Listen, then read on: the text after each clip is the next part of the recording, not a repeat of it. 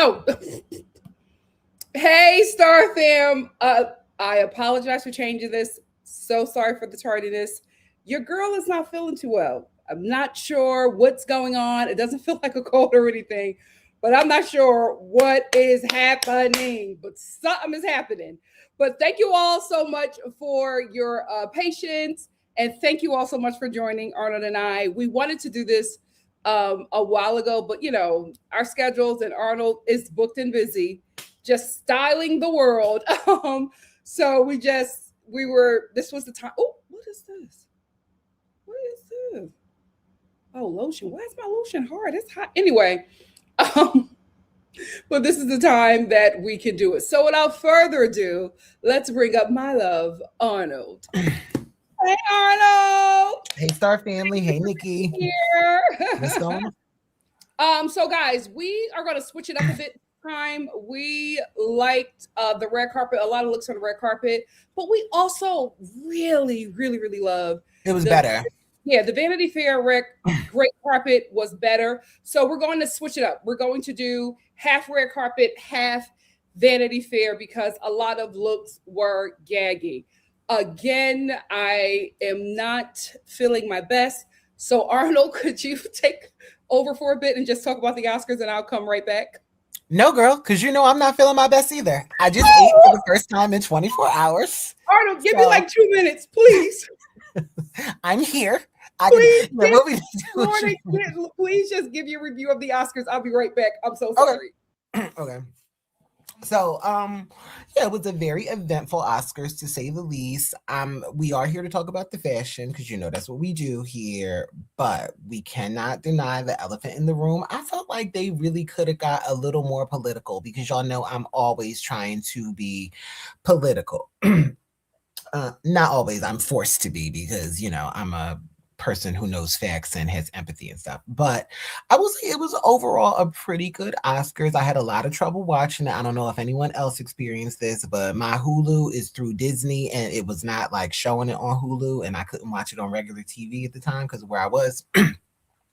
So I had to get the Oscars in bits and pieces, and that's just how I went. But I pulled it together, and I got the looks for Nikki and for me. But yeah, we'll talk a lot about it. But to be honest, personally, I wasn't that impressed with a lot of the red carpet looks. I was very impressed with a lot of the looks from the Vanity Fair Oscar party, after party. Vanity Fair throws this party every year. There's a lot of after parties, but Vanity Fair's is the biggest one. Elton John does one, and people kind of just like bounce around doing the parties. But the Vanity Fair party definitely is like the premier party to go to. People who don't go to the ceremony go to the Vanity Fair after party. And anyone who attended the show, like any nominees or winners or anything, they usually go to Vanity Fair as well. And that's when they do their outfit changes. So you're going to see, we're going to do a lot of reviews of people, and a lot of it is like both outfits, because they do whole new looks for the Vanity Fair party. So we'll get into that. I think Conan did a good job. I think I'm kind of done with I think they need a woman. I think they need a woman to host, because I really like it when women host. I really like when Amy Poehler and Tina Fey do the Golden Globes.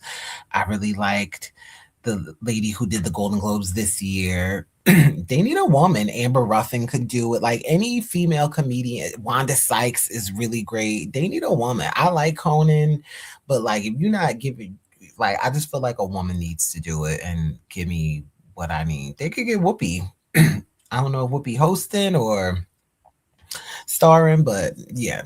It was okay. But let us know in the comments how you felt about the show before you get into the fashions. And again, we saw in a little time for Nikki, but we will get into the winners, because I have my opinions. Because personally, to me, if a movie gets 16 nominations, the movie that gets the most nominations any year, to me, that means it was the best picture, because it got more nominations than any other movie. So the body of work was the best. I mean, 16 nominations is phenomenal, but that's the most ever. But there have been movies that got 10, movies that got multiple nominations. I just feel like if you get all the nominations, then you had the best movie. Maybe not the best director, maybe not the best actor, but like if your body of work encompassed more nominations than any other body of work in the category, by default, I feel like you should have got Best Picture. So what I'm saying is I think Sinner should have got Best Picture. And it's no shade to one battle after another. It's just by the numbers, how did it get more nominations than that movie, but it wasn't a better movie than that movie? It did get its wins though, so I'm not gonna hate too much. I also did not see one battle after another, and I don't really have an interest in seeing it. It's just from what I've heard, every review I've listened to and read, it's just not a movie that I feel like I can handle right now. It's a little too close to home, if you know what I mean. And Marty Supreme got a lot of nominations too, and it was completely shut out. And I think I'm okay with that because I never had interest in seeing that movie, and not just because of little Timotei's little ignorant ass. I just was like, I don't want to see a movie about a guy who plays fucking ping pong. So yeah, I gotta admit, I didn't do my usual. When the nominations come out every year, I try to make sure that between nominations and the show, I see every movie. Just so I can like go into the show with a clear view. And I did not bother to see these movies. This just was not the year. Also, I was kind of pissed that Wicked for Good didn't get a nomination too, because I did go to the movies and see that, and I'm sorry, it was good. It was good. And it won best costume in last year, and the exact same costumes, the exact same costumer, the exact same costumes, because it's just a continuation. It's not even like a completely separate movie. Did not even get nominated this year. It's the same costumes. It won last year. It's the same costumes. I don't even know who won this year. Oh, I think it was Frankenstein, but it should at least got a nomination. But that's me because I'm Wicked Hive, or however you say it. I'm, Alpha Behive, whatever. But yeah, but let us know in the comments what you say. No, okay. This is not show related, but yeah. You barely got me and Nikki today. Because you couldn't get us yesterday. It was because of the live stream, but also I brunched too hard. And like Nikki told me today, I'm not as young as I used to be. And I definitely brunched a little too hard yesterday. It just was not. It just was. It was not happening. I made it in just enough time to hear you telling the Star fam that you brunched too hard. I did. Dragging Marty Supreme. I did. I'm sorry. Marty Supreme got shut up, but I'm okay with it. I'm okay with it. I'm more than okay. Oh Lord, thank you, Arnold, and thank you, Star fam.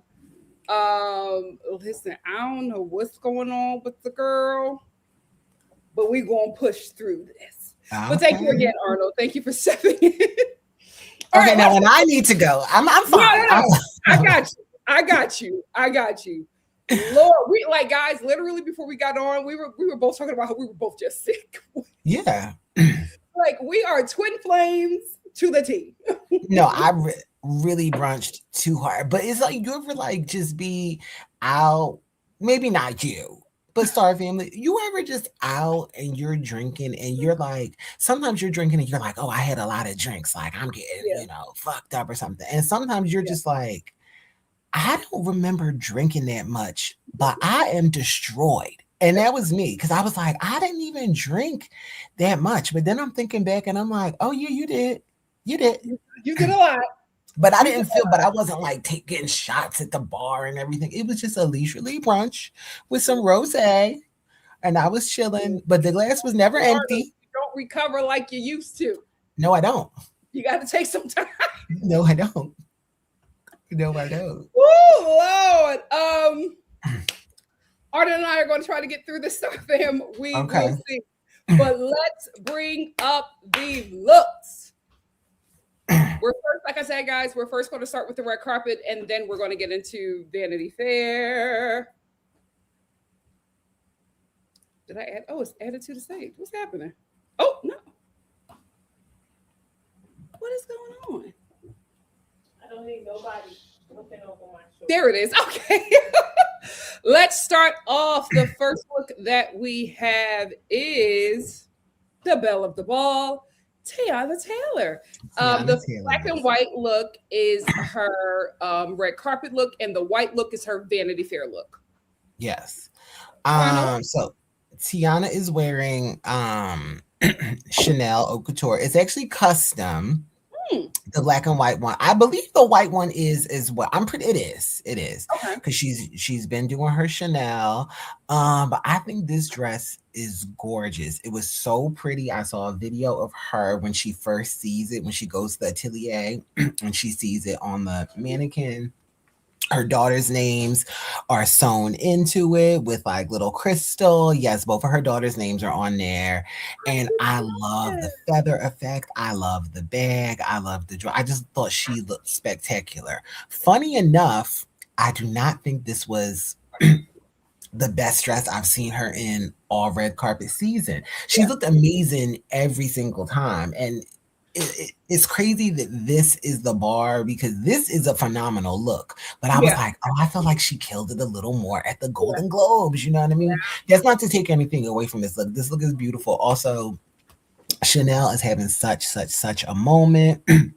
The new creative director, he's done I think 3 shows now for them, and the first collection that he's done is in stores now. So people are going Chanel crazy, trust me, and hit me up if you want to get a piece of it. But like Chanel is so big right now, and I actually really love that she wore this. Also, you'll see a lot of people wore Chanel to this awards, but I thought that these were both killer looks. I even love the second look. I just think she looks pretty, and it kind of is like an after party dress. Like it looks a little more relaxed. It's not like it's fitted in the bodice and everything. I just think that it's a beautiful look. Let me just double check to confirm that it is Chanel, but I'm fairly certain that she wore Chanel the entire night. Yeah, it's Chanel. Yep. Wow. So do you think that she is in a oh gosh, you think she's in a contract with them? I don't, because she's been wearing a lot of stuff all season. I don't think that she's like an ambassador with them. No, I think that she just chose them and they just outfitted her for the night because she was wearing Schiaparelli at the oh, you're right. Yeah, you're right. You're right. and she was at the Schiaparelli show, and she did go to the Chanel show. So I don't think she's under contract. I think it was just, PR moments, and they gave her a dress. So yeah. I will say the new creative director of Chanel is absolutely killing it. I've never been a Chanel girl, especially since, we found out about Miss Girl back in the day, child. Who? Chanel. Oh, yes. Back in the day. Teyana, when, I wish they would have never told me that information, because ever since I found out she was a Nazi pass around, I'm just like, do I want to support this? So I've just never been into it. Yeah. I will say the creative director is doing a great job. I would have never thought that this was Chanel. He really revitalized that. I'm not gonna lie, Chanel got so boring for a while to me. It was just the same thing. Very old. After Karl Lagerfeld died, they really just had like his number 2 at the company step up, and she was doing all the collections, but she didn't bring any creativity. She didn't bring her own. It really just felt like repeats of stuff Karl Lagerfeld had actually already done. And I was just like, this is so boring. This is like for a 60-year-old lady, and like I'm over it. So I was not really feeling Chanel. I mean, it's of course the accessories, the bags, the shoes, but I'm like, Chanel's the shows were boring, the ready to wear was boring. I'm just like, I don't really like this. And everything that wasn't boring was not original. Everything that wasn't boring was like a reissue of something they had already done. So yeah, I wasn't really into it. But the new Chanel is like really killing it. And actually, I love this bag too. I love the whole outfit. Yeah. This feather bag actually does not even look like a Chanel bag. It looks like a new Bottega bag, because the new Bottega bag like Chanel. Nothing looks like Chanel. This is a really great work. I love it. And I think that's a custom bag too, because I don't think you can buy that bag. Yeah. Well, this whole outfit looks like it was absolutely made for her. It fit her so well. It was tailored perfectly. everything about her outfit, from her hair to her makeup, she was stunning the entire night. Yeah. Oh, this how y'all know, guys. Sorry. This how y'all know, guys. I'm not eating another thing today. My God, today.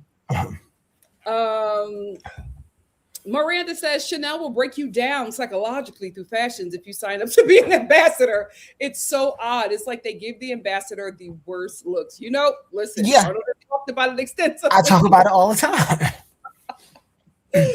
But I'm glad she's not an ambassador because funny enough, a new Chanel ad came out today, starring Margot Robbie, and I actually love the ad. But I was thinking to myself, Margot, I thought you were released from them chains. I thought you were free. I thought you were free. I hated that she was under contract with Chanel during her Barbie press. Yes, she could not. It was the worst time for her. She could not have fun. I was like, this is the time to be Barbie. This is the time. But you're wearing Chanel. But it also, something was amiss because because Chanel has done cutesy little bubblegum pink thing. Like Chanel had it in the archives to really, really give Barbie, and they just did not. And I was just like, what's the miss? Yeah. What's the miss? You know? Yeah, but they did. They got something right. I would have never thought this was their work. Yeah. This was great. She looked amazing, and it moved well. It moved so pretty. Well, the crystals lit up under those HD lights. She just looked amazing. Was it her best look from award season? I don't think so. I just think that she can wear anything and it'll look amazing. But this was really well put together. Mm-hmm. The crystals, the bag, everything, the movement. Yeah, like look it up though, and you'll see. You can probably see it now, but you can't see what it says. But you'll see where the crystals are in her in the daughter's names. While we move on, I'm gonna look that up. I think that is so cool and interesting. She did have a little dust up on the red carpet. The security from the Oscars shoved her. She got him together.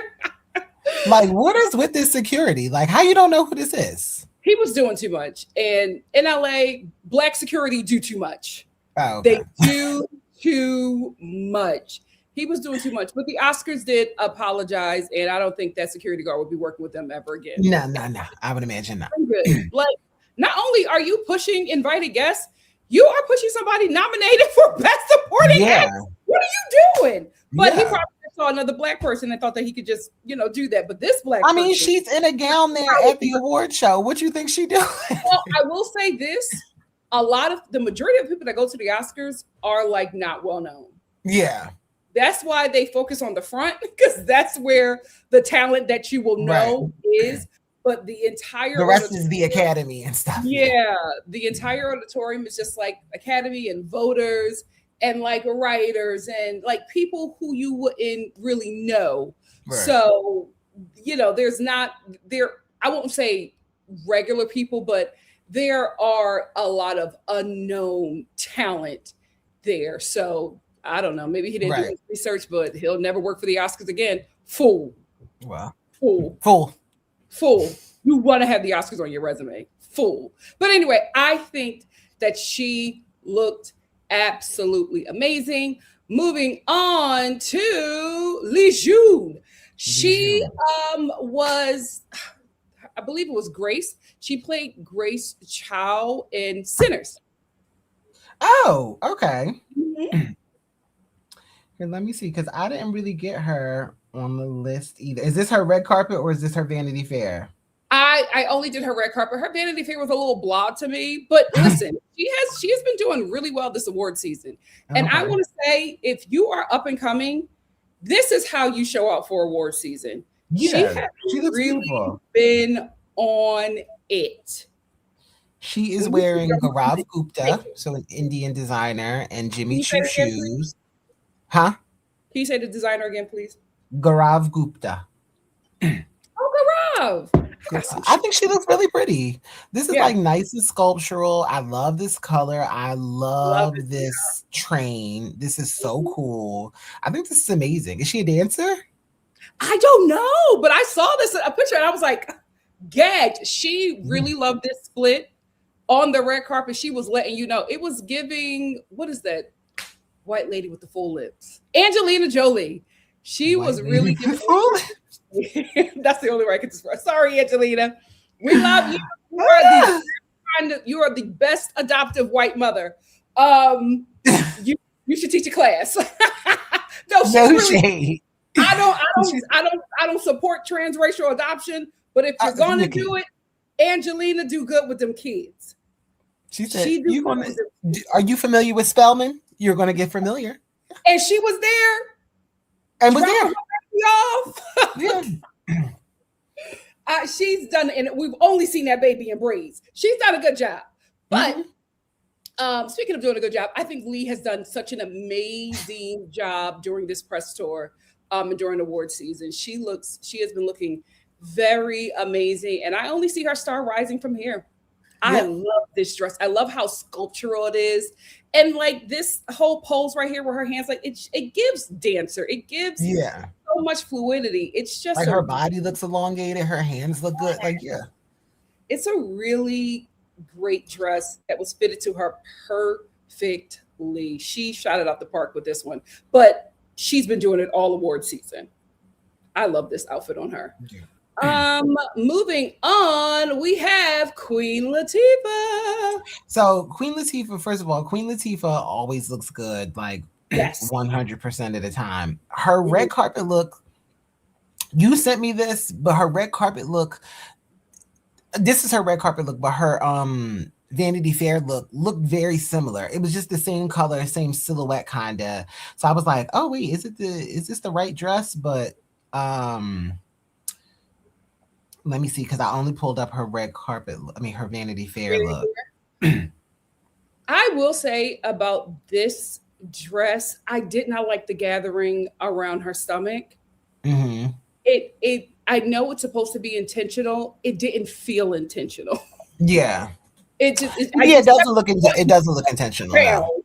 I kept on wanting to pull it down. And normally Queen Latifah never misses on the red carpet. This was out of every time I've seen her on the red carpet, this is the only one I was just like, Yeah, I couldn't find this one. I found her Vanity Fair.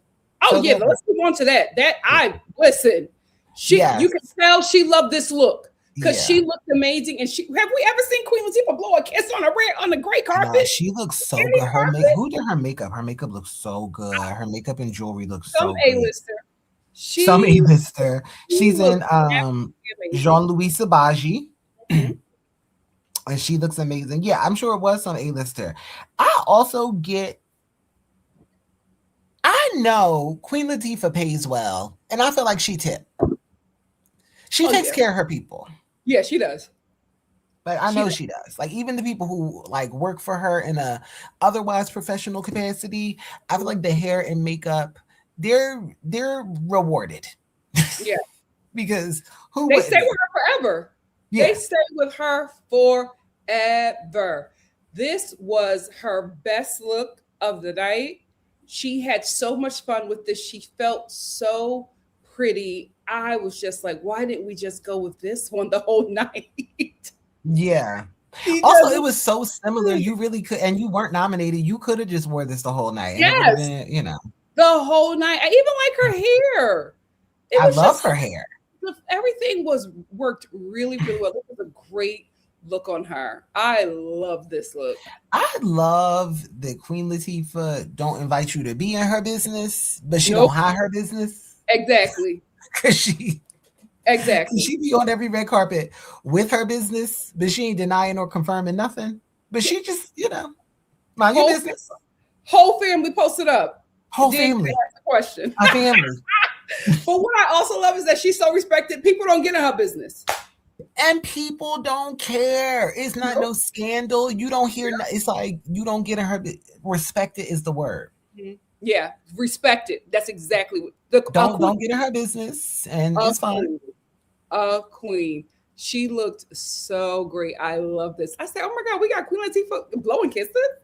That's how you know she loved this look. I'm looking at pictures and everything. Like, I'm looking it up, trying to see if I can find the red carpet. I'm literally only finding the Vanity Fair. So this is the one that everybody liked the best. She's so respected. They did not want to drag her. They said we're gonna get more pictures of this one because this is the one that looks like something. Oh, and her birthday just passed. Oh, really? Her birthday was 5 days ago. She looks amazing. So right after the Oscars, yep. Yep, she looks amazing. Next up we have Jack O'Connell. This is Remick from Sinners. Yes. I love that Jack wore this is his teeth, the teeth that he wore as his vampire teeth. His vampire teeth. He wore them on the red carpet. I thought that he just wore them for the performance, the Sinners performance, but he literally wore them the whole night. He was committed. He was in character the whole night. And I actually love that. Me too. I was about to say that. What I really love about Jack is that he was having such a fun time during this award season. You could tell that he was just very happy to be there. Yeah. And that's what you want to see. You want to see people just like have fun. You worked really hard. Now it's time to celebrate. You're being awarded for your great work. And this is how you should experience it. So I loved watching him during award season because he was just having a good time. And I did not realize that he's a real Irishman. Oh, not only is he a real Irishman, he's also Arnold, did you see Sinners? Sure. Okay. Well, when he was much younger, he was a competitive Irish dancer. So the dancing that he was doing in the film was just like muscle memory. Like he's a talent. He is a talent. I love that. Yeah. I really liked his look. I think the vampire teeth were a chef kiss. I think that you should have fun on the red carpet, even if it's something like the Oscars. This suit looks amazing on him. It fits him very, very well. I like the shades. And then I love that touch of the teeth. This is what's so funny. First of all, I'm trying to look up the tuxedo and I can't find it. I think he looks phenomenal. I love a white jacket tuxedo. I love it. And I also love, I don't even know what it is. That just the lapel? But I love that the jacket is white. Whatever this is black. I don't know if he has a vest on under it or if it's like a very thin lapel. I think it looks so cool. I think that he looks amazing. But in my internet searching, I cannot find who he's wearing, but I'm finding everything about him wearing the prosthetic teeth. That's clearly the thing. Everybody was talking about the teeth. It was just like, let me see if Vogue. I'm looking at Vogue right now. Let's see. I think he looks so cool. Oh my God, I didn't get Timothy Chalamet. Thank God I didn't get him. He looked a mess. I don't want to drag that baby. He did. And you know what? Really quickly, since this is about fashion. Yeah, go.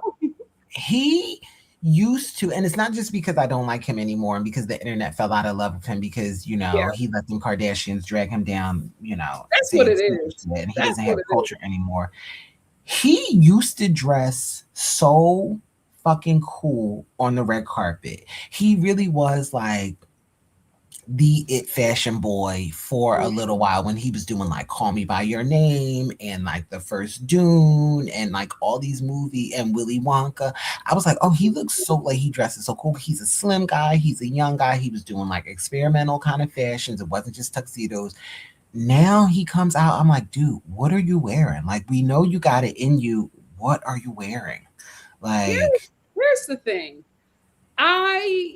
I think, and listen, I hate to blame women, but I think once you can blame those women.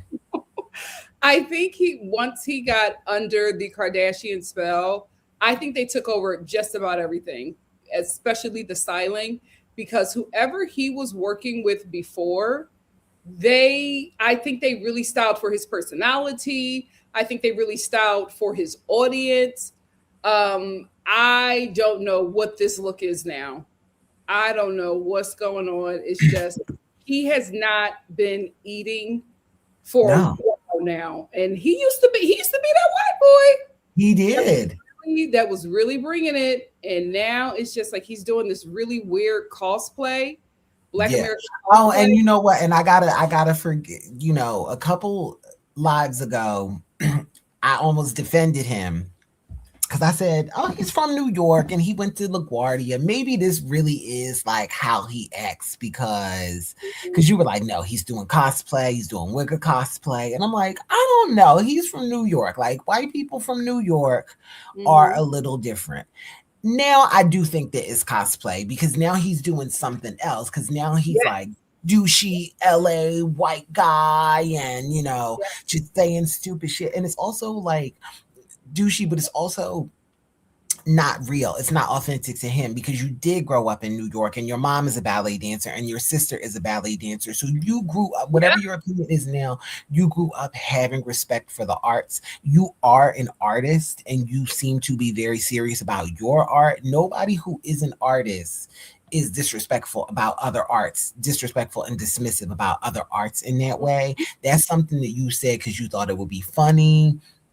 And you said it on a little live panel with Matthew McConaughey. And Matthew McConaughey is not innocent in this either because, like, why are you having him talking about this? You're like, no. You know, I get it. No, don't agree with him, Matthew. Matthew McConaughey is also trash because he has, like, this AI platform that literally does AI voiceover work.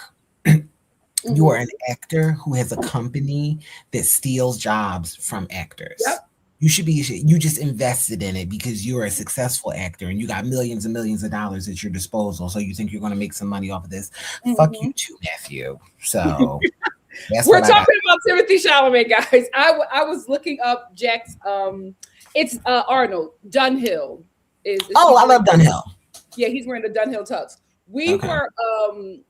I believe Dunhill's Irish or British. You know what? It sounds Irish. We were talking about Timothy's outfit. I didn't want to, I didn't pick him for us to talk about because the outfit was a mess. And I just feel like no, not just because the outfit wasn't doing nothing. It wasn't nothing to talk about. And we didn't want to be a pylon. Because he's getting his lashings. So I didn't pick the outfit, but while I was looking for Jack's designer of his outfit, I saw Timothée Chalamet's look and I was just like, this was so bad. Yeah. The hair, it was like he had like what was with the hair? It was like pin curls that he like picked out. That's exactly what it looked like. It looked like hot comb, straightened, not relaxed, combed out, curlers, and then you try to pick it out before you got to go to Easter. So I was like, what is happening? What happened to the curls? He used to have the prettiest little curls in Hollywood. That's the thing. He has to go back to being that colonial French boy. This Black American cosplay is not working for him. Maybe he's leaning into trying to be a Black man because that's what Kylie is attracted to. I don't know what it is. I thought it's not working for him. It's not working right. I thought he was doing a persona for Marty Supreme, but Marty Supreme wasn't like. You know what I think that was? Hold on, because I don't want people to jump in and think we're talking about Jack. You know what I think that was? I think the Marty Supreme. We love you, Jack. I think the Marty Supreme promo, I think they did that because listen, we cannot deny that Black Americans are the influence. We just are, right? When our attention gets on anything, money and attention is going to be given to you immediately if you have the attention of Black men. If you wipe that screen one more time,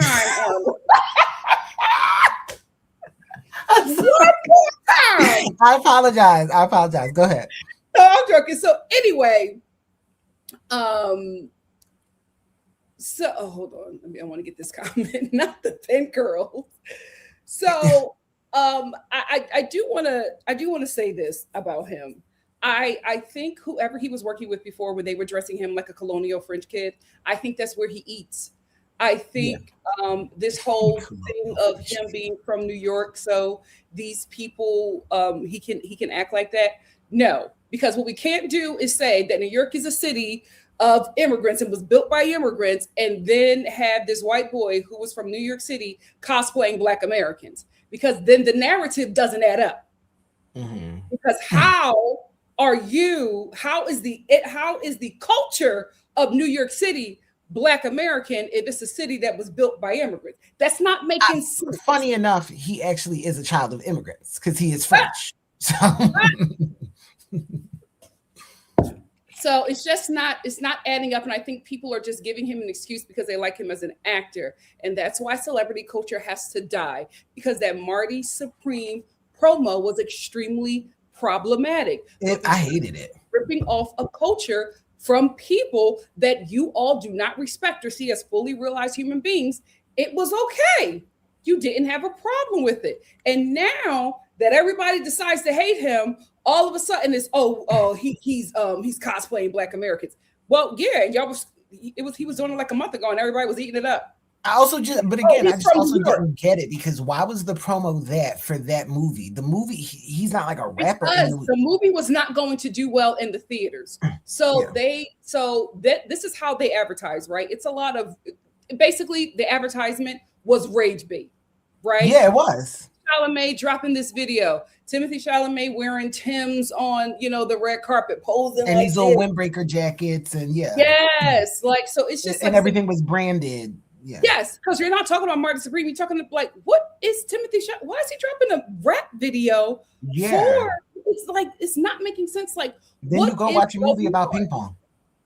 So you think that the movie is about this? Is actually about ping pong. It doesn't matter because you spent your money and the studio got it. Because the advertising for Marty Supreme came out of nowhere. And nobody was going to go see it. So you do this rage bait performance, and now everybody is curious. And it was also not just a Black American cosplay that was rage bait. Also, the rage bait was putting him up against Michael B. Jordan, because it wasn't about Marty Supreme anymore. It was about who's the better actor. And with all of this going on, you're not talking about the movie, but you're going to see the movie because everybody saw Sinners. And now you want to see Marty Supreme so you can compare the performance. Studios are very slick. If they cannot get you in the theater or get you to watch their movie by way of their trailer or by way of their actor, they're going to create a scandal. And they created several scandals for this young man. And you have to realize he is an actor. He will play whatever. Drake is an actor. He's literally been cosplaying Black American as a rapper. Actors can put on any identity. And if they're good, they will eat it up. Here for Drake slander. I didn't know. Wait, hold on. I know. Are you because it's Team Kendrick over here. What's going on? Listen. It's Team Kendrick over here. I know it is. I know it is. Because they not like us. They not like us. And if you don't stand for Black America, you may need to get over there to Toronto. Listen, I'm all about it because I just got back from Toronto and I loved Toronto so bad. Go over there. Oh my God, that accent. They have to stop that. Now that will drive me right back home. Terrible. Hey, you. That will send me right back home. And the kids be putting 20 on 10 with that accent. Yeah. Hey, fam. What did you say, fam? Like, everything is a freaking question. Bro. Yeah, the accent will send me right back home. I have to say this. I think I love a regional accent, especially a Black American regional accent. But that Toronto accent and that Baltimore accent, those are jarring accents. Especially I got one more. Baltimorean. Listen, I'm so sorry, Star family, if any of y'all from Baltimore. I hate a Baltimore accent. So I'm like, what are you saying? The thing about it is, no shade. It's just confusing. Because it's confusing. And you're like, why are you British? you like 10 miles from Philly. What's going on? Yeah, it's actually, no, you're absolutely right. It's so weird being located where it is. It's like, how is it so vastly different from... They're British. It's just jarring. You don't. And I have another one, and I'm not going to say I hate it because I've spent a lot of time there and I love the city, but Black New Orleans accents, people really like it. It is like, what? Could you repeat that? You know what I mean? Like, I have to do that all the time. And I'm like, I'm not being rude. Like, I don't understand what they're saying a lot of times. Well, here is where we will disagree. I love me a Black New Orleans accent. Do you understand it? No, but that's okay. That's okay. I loved it, especially in their music. Come on, Michael. I love it. That Baltimore accent just be throwing me. Yeah. Throwing me like, what is going on here? Also, but back to Toronto too, they know we're not, they immediately knew that I was American. And the first thing, it was two things that told them that I was American. Where is it? Say the city. Say the city in Canada.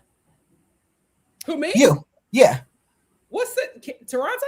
Yeah, it's Toronto. Oh, it's Toronto? It's Toronto. Yeah. That's how they all say it. Toronto. I like the way we say it. Yeah, they say because that's what it is phonetically, but they say Toronto. Like no one says the T, so it's Toronto. And you know how like you go to dinner and you're like, oh, you know, you give them the credit card when you're ready to pay. They're like, what are you doing? You don't ever give them like money. They like no place do they like take your credit card or for your check or anything. Every single restaurant I went to, they have like automated machines that they bring to you. Some restaurants in the States have that too, but all of the restaurants there, they're like, this is how we know you American. You just gave us your credit card. You just gave me your credit card to walk away with. And I was like, y'all so honest. I will say this, traveling to like other countries, you just realize how far behind we are. My God. And I hate the fact that people can recognize you're American by like how outdated you do things.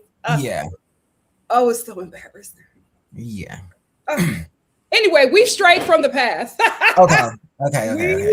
Yes, it is. And listen, I love Baltimore. I love y'all. Can't nobody do seafood like a Baltimorean. Okay. Listen, I like Baltimore. It's just the accents. I like Baltimore.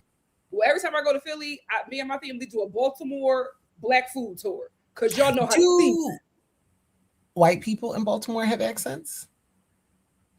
You know what? This I don't know any white people from Baltimore. Y'all put some respect on Black Americans' name. We don't even know if white people in Baltimore have an accent because the only people that like are popular are the black ones. Right. We don't know. Like I've never heard I probably heard a white Baltimore accent, but I just didn't know. But the black Baltimore accent is so like distinct. Right. And especially because it's coming from this black body, it's like, why in the hell are you talking like Harry Potter? And I only say that because being from Philadelphia, like we both are, there is a black Philadelphia accent and there is a white Philadelphia accent. Oh, and it's the same city. I think just like with New Orleans, I think New Orleans has like 3 distinct accents, but yes, they do. They do. That's how it is with Philly. Like we have accents, but the black one and the white one is really different. Same thing with New Orleans. There's a black New Orleans accent and there's a white one. I don't know Cajun Creole. I don't know what they call it. They got a lot of them, but there's a really it's a really distinct. Like there's a thick accent, but they're very distinct by culture. They're very distinct by culture, but I will say it is all. Because like if you listen to Cajun people who appear white, but they're not white, their accent is very, even not just the accent, a lot of their words still that they use to this day are French words or like a bastardized French word. So it's like, oh, like you don't even have like a regional accent. It really does sound like a foreign accent. Mm-hmm. And it's interesting and I don't dislike it. It's just hard to understand because it's like, oh, you're like literally speaking another language. So you know, and then you don't, and I feel like I love New Orleans and I'm gonna be in New Orleans soon. I go to New Orleans all the time. Why do I feel like everybody in New Orleans sound like they smoke cigarettes or something? You ever notice? I feel like everybody in New Orleans got a voice like this. Okay, Arnold. Like everybody. I love the rasp. Although those people have beautiful accents, I just love their raspy voices. They just all adopt a raspy voice. They do. I think New Orleans is so amazing. I cannot wait to go. Let's talk about the next time you're going because I really want to go. Anyway, let's get back to Jack. Okay. Let's get back to Jack. So what I said before is that I love Jack's look. I love that he was repping his people on the carpet. Hello, Irish designer. And I just love that he was having fun. They're British. They're British. Oh, they're okay. Well, maybe they strayed from Ireland. We're gonna go with that. But I really liked Jack's look, and I really like this. I love a white jacket anyway. Like I'm always gonna love a white jacket and a cummerbund. Like I think this looks amazing. Yes, this really fit him very well. Yeah. Moving on, teeth, chef's kiss. Moving on to our baby Michael B. Jordan. Michael B. Jordan, the Oscar winner of the night. The brown, I think, kind of army green look is his Vanity Fair look, and the black look is his red carpet look. Yes. So the black look, he is wearing custom head to toe Louis Vuitton, right? He's wearing Louis Vuitton. And the brown look for the Vanity Fair party is head to toe Tom Ford and David Yurman jewelry. You'll see he's wearing brooches. A lot of men on the red carpet wore brooches. I loved it. I love a brooch. I just thought this looked so amazing. And he is an ambassador for David Yurman. He looks so good in these David Yurman ads. Let me just add. But no, I thought he looked phenomenal. I actually really love, and this is not a suit that I would pick or necessarily wear with the little like Mandarin collar kind of. It's very like non-traditional, but still traditional enough that it's just like all black. I even like that little pocket chain. I just think he looks really cool, and it's a really cool take on a traditional tuxedo.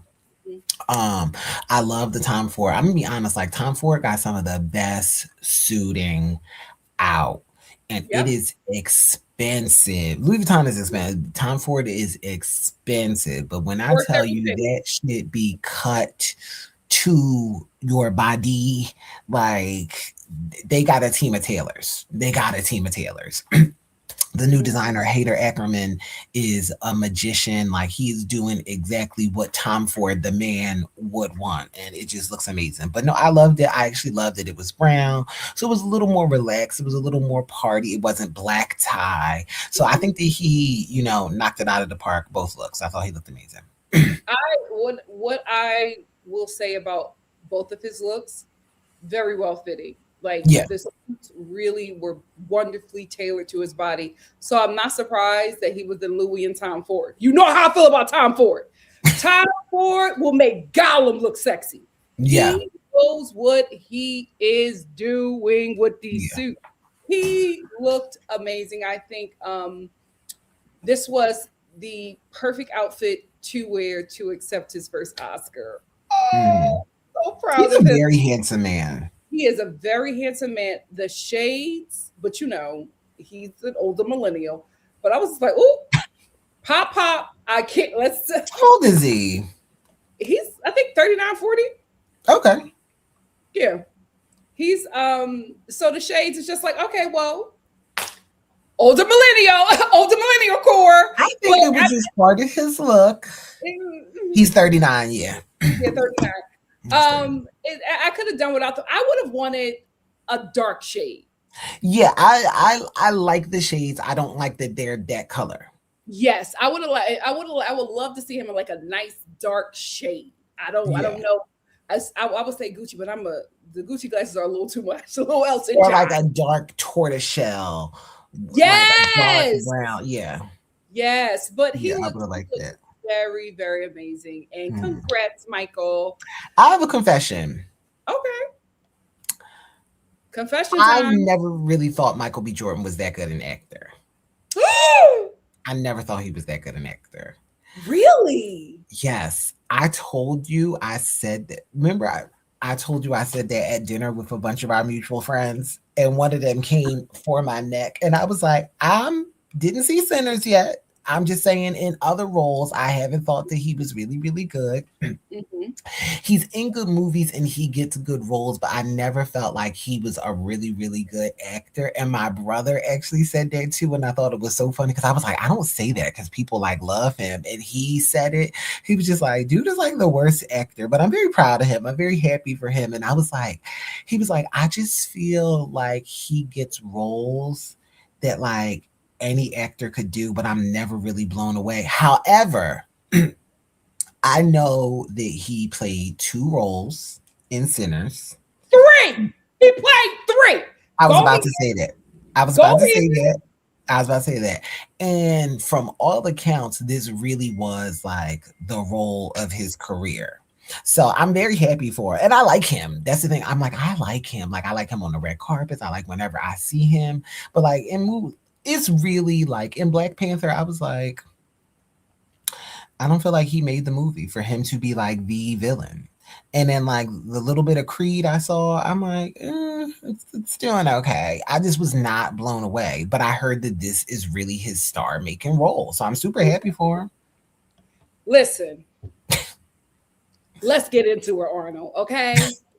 No, but I'm telling y'all industry tea, and I'm being mad honest. Okay. Black people out here in this industry, there is not a lot of work for us. A lot of the characters that are written for us are written by white people who do not have white or non-Black people who do not have relationships with Black people outside of sex work and service work. So oftentimes we are playing these very one-dimensional, stereotypical characters because they don't paint us, they don't give us anything that is fun and vibrant and deep and, you know, anything that's layered, right? Because normally the characters that we are playing are opposite of a white actor, and a white person, right? Yes, they never want us to shine. So oftentimes we are in situations where we are reciting words written for us by a white person, being directed by a white person, being lit by a white person, mic'd up by a white. So we're playing what they think a Black character is in a white environment. He has always been an amazing actor. We have never been able to see it until he got under the direction of a Black man. Okay. That's what it is. Like until we are able to get into places where we are being written for and directed by and produced by fellow Black people, that the results that you will get is those very bland characters. No shade. Thank God for the checks and thank God for the opportunity. I have yet to play a character that I think is a Black believable character. It's just not afforded. Even when you were doing like Black shows and like Black, have you ever been directed by like, or directed by? This, the last thing that I did was the Upshaws, and that show was just so easy to me because I was just okay. It wasn't like a really layered character. You know what I mean? It was was a guest star. No, it was a co-star. And I didn't like have a lot of lines. It was just layered. I just said like a couple lines and that was it. It wasn't a character that you go into depth with. I think had I had a bigger role and some more time on set or whatever, I probably would have a Michael B. Jordan experience. You know what I mean? Was that written by Black people? Yeah, it's written by Black people. So it was like, so the show was just easy because it's like, oh, this makes sense. I will say this, you know. It was I would do this, right. This feels authentic. Yes. Yeah. But oftentimes we are playing characters that don't make sense, that are not real.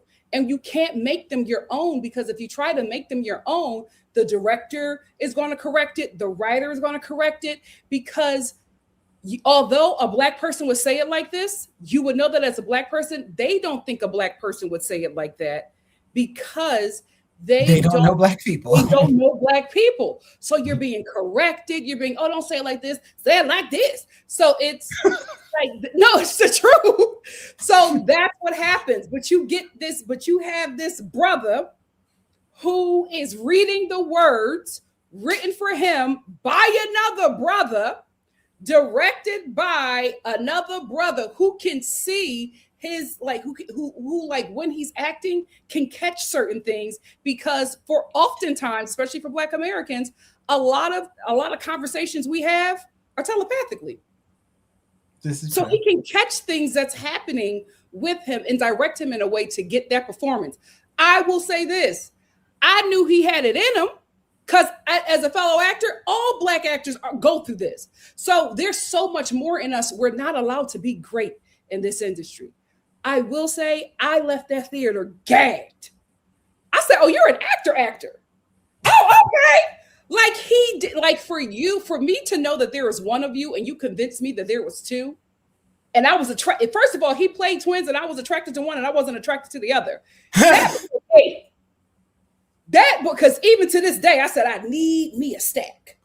My God, today he ate, but this has always been in him. He just has not been allowed the opportunity to be great because he is being written for and directed by people who will never see Black people as great. Yeah.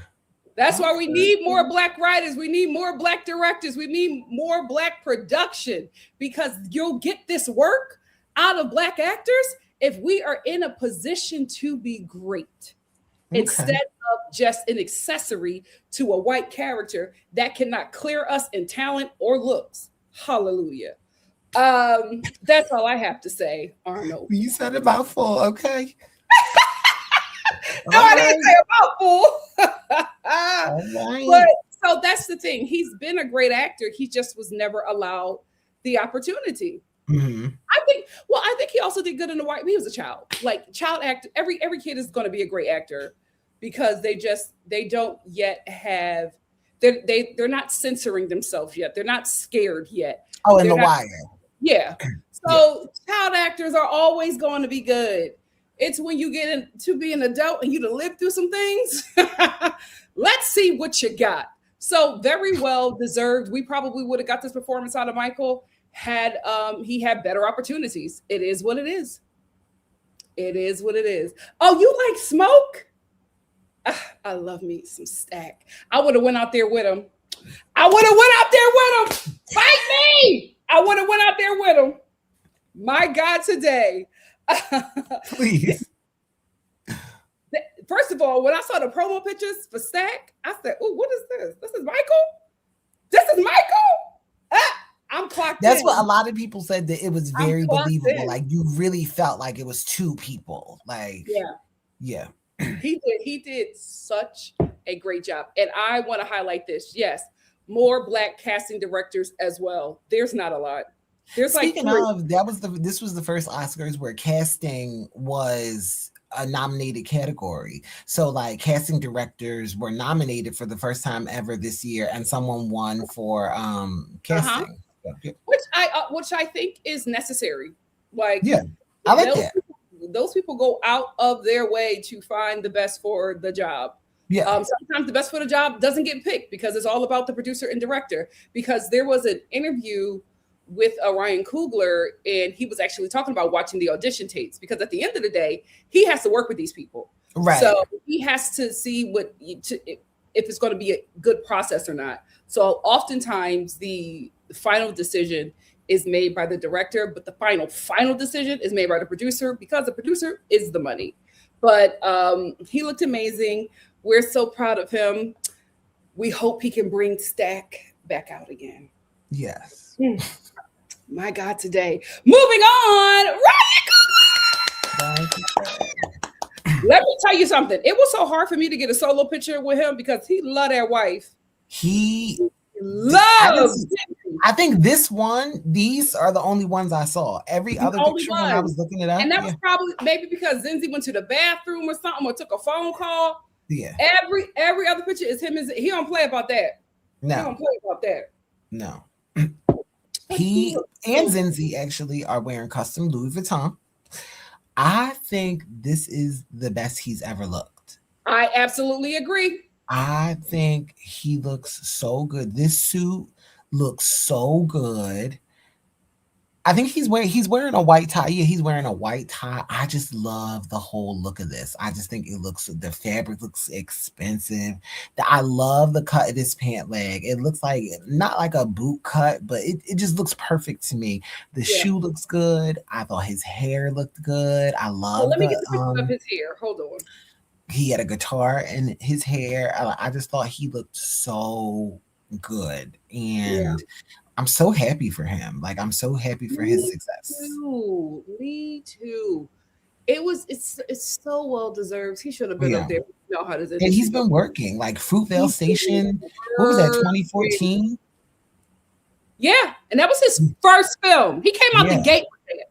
Yeah. And shout out to Forrest Whitaker because again, black actors, black creatives do not get these opportunities unless somebody black who has already been in the field opens up the door for us. Because had it not been for Forrest Whitaker putting his money and celebrity behind Ryan Coogler, Fruitvale Station would have never happened. Yeah. My God, today. Look at his hair. Go ahead. I also told you I love that he is so Oakland. Yes, I was just about to say that he is so Oakland. Gag every time he speaks. He loves Oakland. He loves Oakland. And let me tell you something. He loves Oakland so much. He got his hair done. This is an Oakland braider's work, and that girl is blowing up. Oh, really? She's been braiding his hair the entire award season. Yeah, she did that. She braided the shit out of his hair. He looks amazing. And also, you can tell that she is really good at her job because this man, I think he's 40 as well, 39 or 40. His hairline hasn't moved. This is a 40-year-old hairline. And braids will do it. Braids will take him back. Braids will take him back, but he has had no issues. And that lets you know that she knows what she's doing. His hair is amazing. The outfit was amazing. He looked really, really great. The speech was so beautiful. Everybody was crying. Everybody that won gave him his flowers. You can tell that he is an amazing person. And the Center should have got every award. No, everyone who works with him loves him. Yeah. He's 39, yeah. Yeah, he should have walked away with Best Director, but we know how this goes. Goes. Congrats to him. I just... Your movie got more nominations. It was the better movie. That's not enough. He should have won all of them. No, it was the better movie. Like, how did you not win Best Director when your movie earned more nominations? Like, you directed the better movie. Movie. They played in his face. And let me just say this about Maya Rudolph's husband. He absolutely should have gotten Best Director for There Will Be Blood. He did There Will Be Blood? I love There Will Be Blood. He should have got it for that, but they gave it to somebody else because I told you about them Oscars. It's for the people who they think it's your time. So he was beat up by somebody who the Oscars thought it was his time to get it. He should have got it for There Will Be Blood. That's his best work. That was an amazing movie. I hate that he got it for this film because it should have been for There Will Be Blood. That's an amazing movie. It's an amazing movie. But shout out to Ryan Coogler, my Best Director. It's coming. It's coming. It's not delayed and it's not denied. Wow, There Will Be Blood came out in 2007. It's almost 20 years ago. That was a good ass movie. That man should have got that Oscar. But again, he was up against juggernauts that had been in the game way before him. And that's how they do. Daniel Day-Lewis win for that? I think he did. And then I think Daniel did because he was retiring after that. So it was like a big thing in his Oscar campaign. You know how he do. Oh, he is method. He tell you he gonna retire because he can't do it no more. Then he just come back and win an Oscar or something and then just be like, thank you. Thank you. But congrats to Ryan Coogler, Best Screenplay. Absolutely. There was Best Original Screenplay. There was no way that anybody else was beating him out. Next up, we have the Best Actress winner, Jessie Buckley. Now, here's Jessie Buckley. I was rooting for Rose Byrne because that's my girl. Rose Byrne is a comedy queen. And oftentimes comedic actors make the best dramatic actors. But I was rooting for her because I just feel like, I'm an Oscar voter. I'm acting like an Oscar voter. It's deserved, right? Yeah. But I was talking to a lot of actor friends about this, and they were like, oh, no, Nikki, Jessie, that was Jessie's Oscar. Because I didn't see him. And they were like, oh, no, she ate that up. I said, oh, really? Mm-hmm. Okay. Congrats, Jessie. Our Irish queen. I knew she got a clean sweep. Yeah. She did the Golden Globes, the BAFTAs, the Actor Award. Like, she got a clean sweep. Like, she didn't go to an award show that she wasn't winning. And it let me know. And it's so funny because my best friend and I were discussing Hamnet, and he described it as grief porn. Because he was like, oh, it is like super sad. Like, it's just like for you to cry and let out your emotions. Oscars love a cry. They love a cry. Them depressed voters love a cry, child. You know what's so funny? I'm not typically a cry movie, but you. Me either. But you know, I'm a cry music. Do you know that? I love a depressing song. I love a song about longing and heartache. I do not know why. Really? See, I've never known you for it to be like a depressed music person, because you seem to really be upbeat. Yeah, real banshee. It's not my personality, but I love those songs. They used to get so mad at me back in the day when we was going out, because I would be like, listen, I got to listen to something mellow getting ready for the club, because I don't want to reach my peak before we get to the club. Oh, okay. I see where you're going. And our friends, who shall remain nameless, but you know who, would curse me out, tell me to turn my depressing music off. Like, they would be so mad at me. Like, what are you listening to? We going to the club.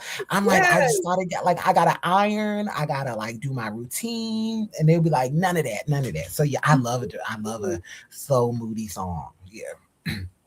But that's what Hamnet gives, apparently. And I heard that it was an amazing movie. And we didn't really get into it, but I actually was thinking that Chloe Zhao had a chance for a best film, because she is a phenomenal actress. And Chloe's an actress? I thought she was a director. I mean, director. I'm sorry. I'm talking about Chloe, but looking at Jessie. Chloe is a really, really good filmmaker, and I thought she was in the running for. Did she win the Golden Globe? Didn't she win Golden Globe best director? But I know that she's won awards before. I kind of was thinking like she might gag PTA and Ryan. That wasn't what I was hoping, but I was thinking like she might have it, because I've just heard really amazing things about him. I knew Paul was getting that. It's his time. It's his time, and I'm telling you, they gonna make Ryan wait. He gonna be gray, full gray. I hope that hairline is still there, but full gray by the time they give it to him. Paul Thomas Anderson, when he directed There Will Be Blood, full collagen. Cheekbones was cheeking. Yeah. Now look at him. A whole dad. Like, I don't even think he had kids when he directed that film. My God, today. Maya Rudolph's husband. So, with the Oscars, especially with them directors, oftentimes the directors vote a certain way, and it's like them giving their fellow directors that's what it is, their flowers. Oftentimes they don't look at the work of the moment, they look at the body of work. And it just happens a lot, because you also have to understand it's industry people, it's fellow directors, fellow actors, fellow writers. And these people have been on the journey with these people for a long time. They've been on the journey with them since they've probably been roommates in their 20s when they moved out here. And so the Oscars are real different than the other award shows. Yeah. Can't never call them. But Jessie did a really good job. Everybody is saying that this was well-deserved. I'll never watch it. I don't need to cry. Reality is sad enough. I'm a one and done with a crying film. She's in Chanel. The last film that had me travailing like that was Fruitvale Station. Never again. Oh no, a couple of them got me. No, Black Panther. I lied. Black Panther. That intro to Black Panther, the whole movie theater was crying. Oh no, a couple of them got me. I don't remember the last movie that got me, but a mini series got me recently. Last year. What, Women of Brewster Place? What'd you say? Women of Brewster Place? No, ma'am. Did you see Fellow Travelers? No. It's Jonathan Bailey and Matt Bomer. and it takes place from the 1950s all the way until like I guess like the 90s, and it just follows like these two guys. They work in government during like the McCarthyism. So when like a lot of people in Hollywood were being blacklisted, they were like trying to find communists who work in the government. They were trying to find gay people who work in the government. It was just like crazy stuff going on. And they were lovers, but they just had two very separate paths. Mm-hmm. At the end, I was inconsolably sobbing, and I was not alone. And when I tell you, this man just walked out of the room and just let me go. I can't do it. But did ask me later, like, are you okay? Like, I noticed earlier you were really... I was like, well, why you just leave me? He was like, I just yeah. I was like, why you just leave? You just walked away. He was like, I just felt like you really needed a moment to yourself. And I did. And I couldn't even talk. Like, you know how usually you're like, oh, you know, I was like, I couldn't talk. I couldn't be like, can you give me a moment? Or I just, and when he walked away, I was like, oh, good. I just saw, I was like this.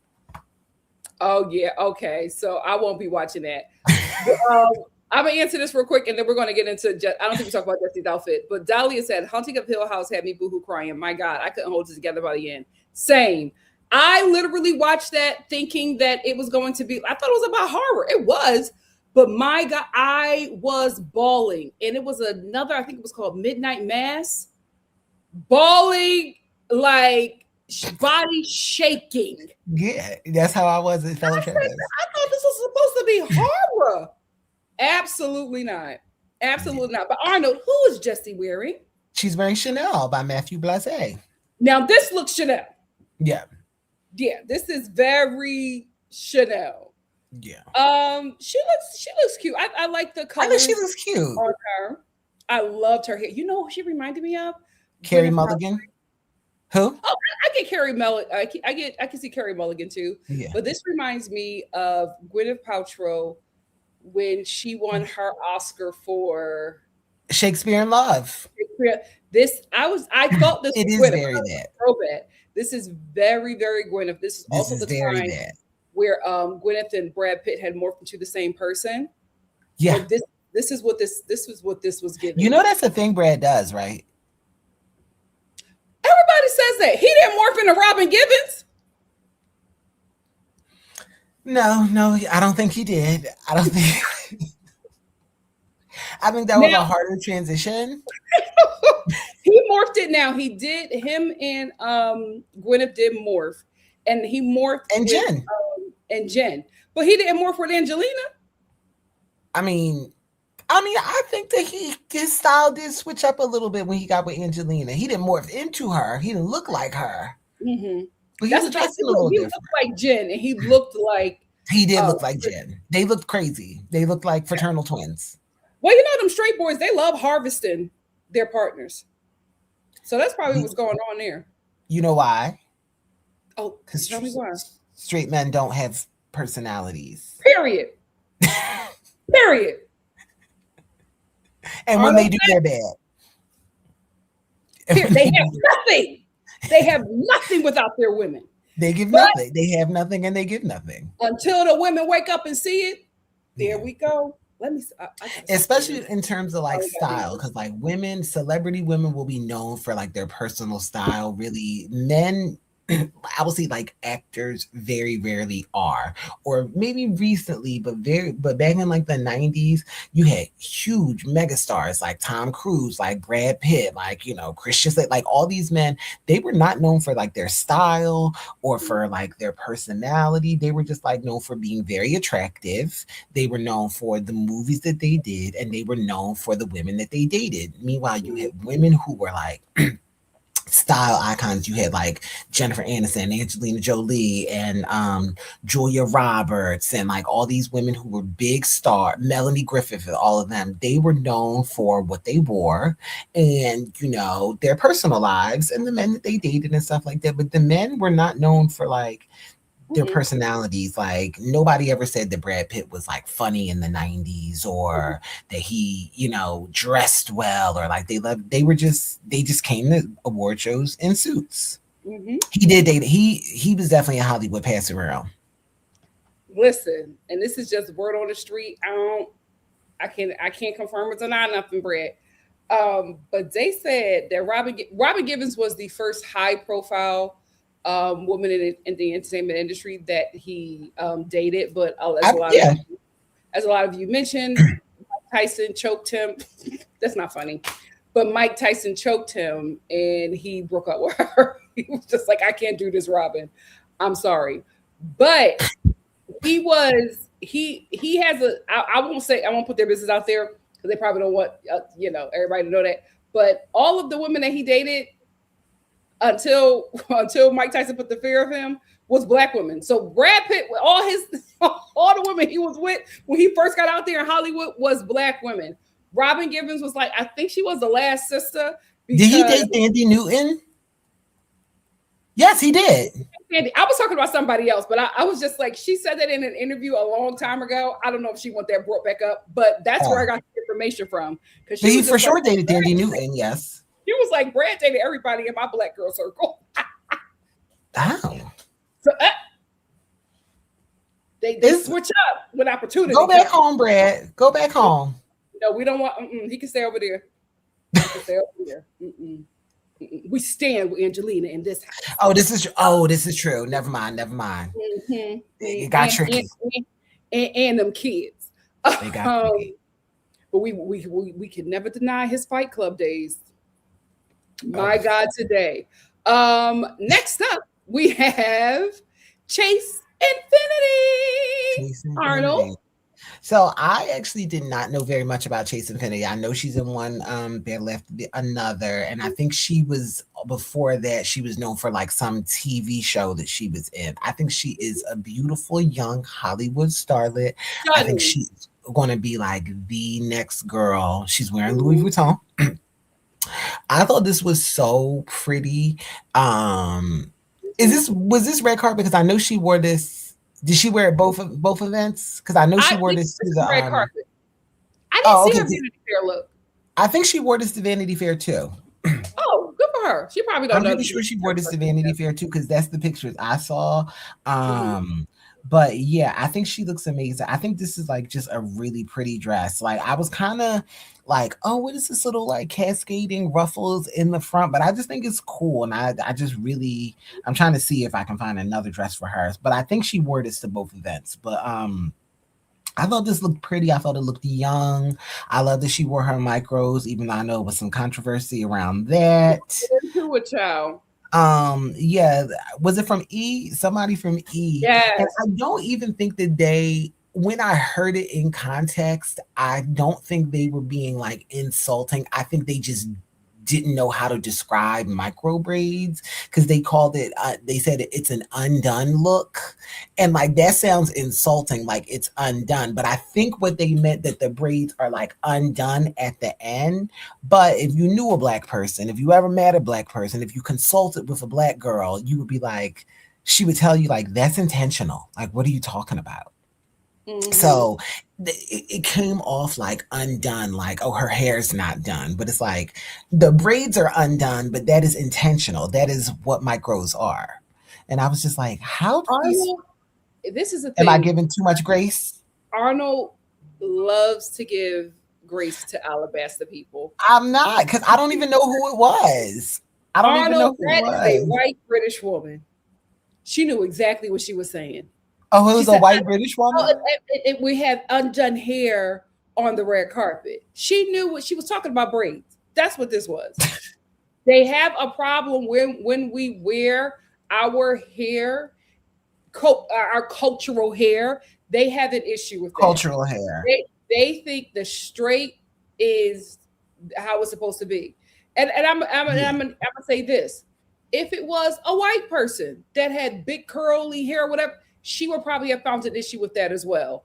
They are very conditioned to think that straight hair, blonde hair, like that is what they think is right. I'm telling you, Hitler did a number on them people.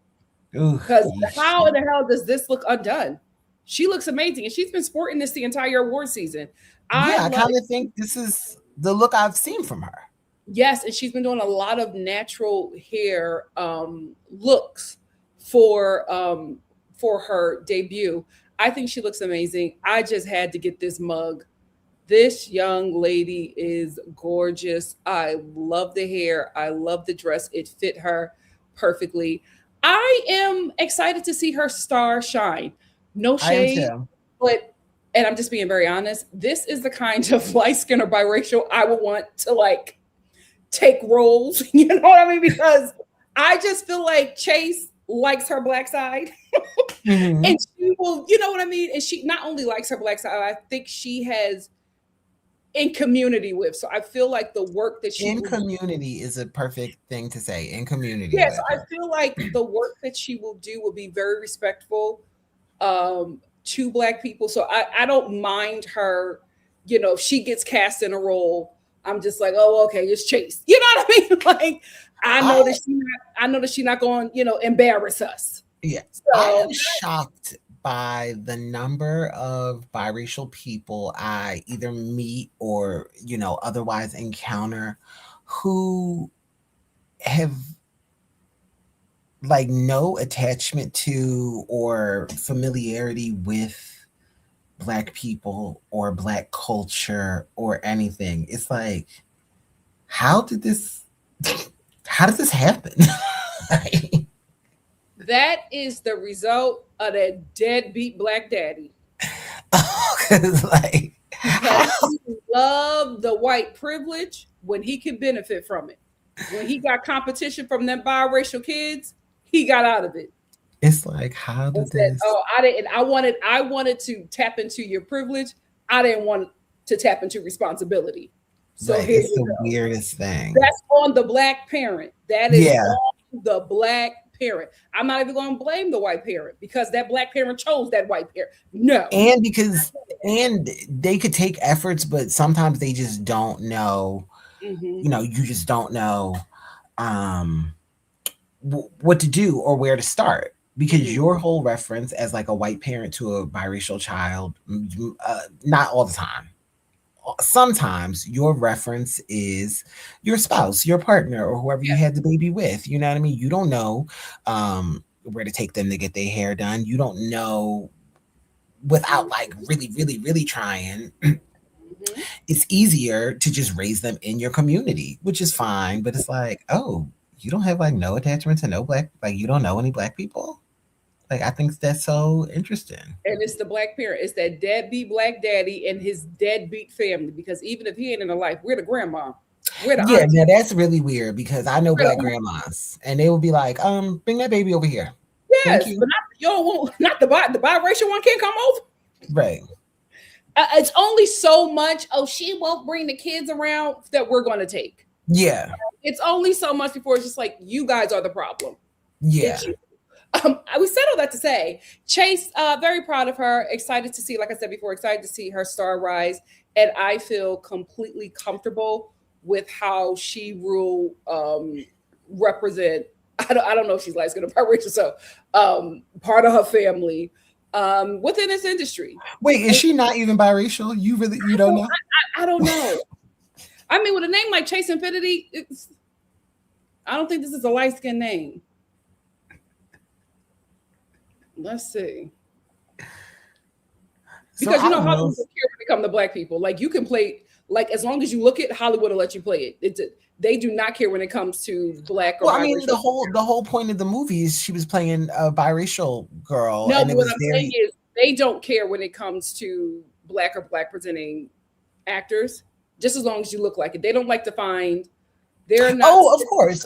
No, I'm saying it to your point. Like, yeah, she is biracial presenting. Her mama white. And her dad? Black. Yeah. It's giving Halle Berry. It's giving Halle Berry. No, she's more obviously biracial than Halle. Zendaya. No, I'm not saying that. I'm talking about like Zendaya, right? Oh, yeah. They're like, you know, my mom is white, my dad is Black, and I understand that I'm playing these characters.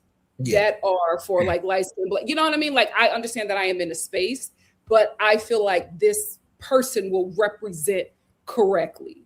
There's a certain biracial who takes black roles, and she is a terrible person. And let's the black people know that she don't care at all. But it's just a problem in the industry where a lot of biracial presenting black women are given roles that are for black women. And I'm not saying that these women aren't black, but there are some women who don't identify as black who are in these spaces. And I feel, I feel like if that mantle is going to be given to Chase, I think she's going to do us well. What would you describe Zoe Kravitz as? The next look we have is Hudson Williams. Hudson Williams, the hockey boy. This is what she said when we were going over our outline. She was like, "Them hockey boys." I'm like, girl, Hudson Williams and Connor Story from Heated Rivalry. Yes. Mm-hmm. So this is Hudson Williams. Hudson is in head-to-toe Balenciaga, and he is wearing Bulgari jewelry. He has a little brooch, and he has the Bulgari Serpenti watch on, and I want that watch. And I loved how in every shot it was like, I loved it. I just thought it looked so cool. But I think he's an ambassador. It got to be something because every shot he like. And I also, because like you kind of had to do it like this to get the sleeve to come up, but he was letting you so flick at her wrist. No, I thought he looked really good. I was also happy to see Balenciaga because Balenciaga got a new most of the houses do, but Balenciaga got a new creative director, and they were so far in one direction with Demna. Now they are in such a different direction with Pier Paolo. So they kind of like trying to transition to like fine tailoring and gowns and stuff like that, and not like these super expensive streetwear type looks. And I just really, really like this on the red carpet. I was really surprised he didn't wear Saint Laurent because like the boy's been doing a lot of Saint Laurent lately, but I really, really like this. And you know what? I'm actually very happy for him and for Connor because they were in a Canadian production that got picked up by HBO and was the highlight of the year for television. And they have been to every award show, and Connor hosted SNL, and they have been everywhere, and they are milking their 15 minutes. This is how you do it. I'm not, because nobody's tired of them. Yep. Nobody's tired of them. Yep. Yeah. They're both attractive guys. The fashion world is like, oh, we want to dress these guys. Like, they attractive, they got bodies. If you saw the show, you saw the bodies. And like, they're like, we want to dress you. And people are like, we want you at the Oscars. We want you to present an award at the Golden Globes. We want, like, they're doing the rounds based on this one role that they had. And I love that for them. Super happy for them. I will say he's really looked, him and Connor looked really great during the press for their show. Yeah, they've looked great. One thing that I will say about him, he's medium, right? But yes, he is. And he does a nasty boot. And we can't really see it here, but every time he touches them carpets, he in a nasty boot. And I'm just like, that's how you do it. Give yourself a couple inches, but do it in style. Do it in style. The footwear, he killing it with that. I will give him that. But congrats, husband. I absolutely agree. This is how you use your 15. Yeah. And because they're using it wisely, that 15 is going to turn into a couple hours and days and years. These are going to be around. They already get season 2, so it's they're not done. These 2 are going to be around if they continue to do the work like they're doing now. Sky's the limit. Yeah. Next up, we have our girl Rose Byrne. Arnold. Rose Byrne is in Christian Dior. Christian Dior also has a new creative director. And this is one of his designs. It didn't really like specify, but this looks like haute couture. This does look like couture. And I just thought she looked so pretty. Like, I just thought this dress was so nice. Also, like, she's beautiful. It trips you up because she is like what I would, I don't even know if she considers herself a comedic actress. I consider her a comedic actress because she's so funny. But she really is like regular Hollywood pretty, like starlet pretty. And so it's kind of like, oh, she's like a really good actress and she's really funny, but she's like pretty like a regular actress. You know what I mean? She's not like a character actress. She's just like Hollywood pretty. And I just love her. I did not see If I Had Legs, I Would Kick You. But that's all right. Because I heard phenomenal things about it and I just love her.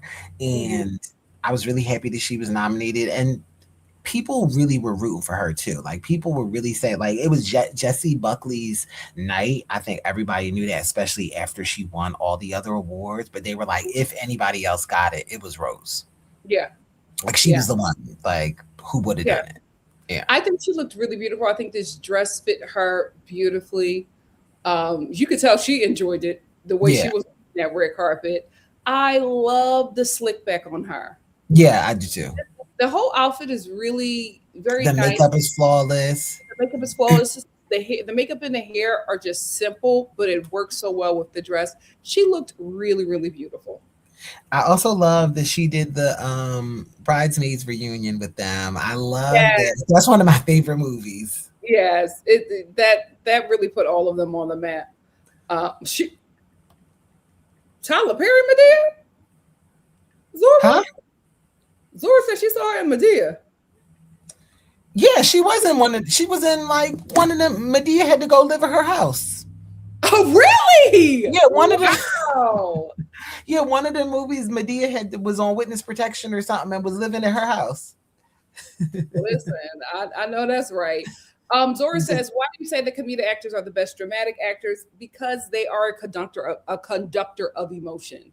Yeah. Comedians really watch and observe and are able to put on characters quicker and really make it their own because that is the process of comedy.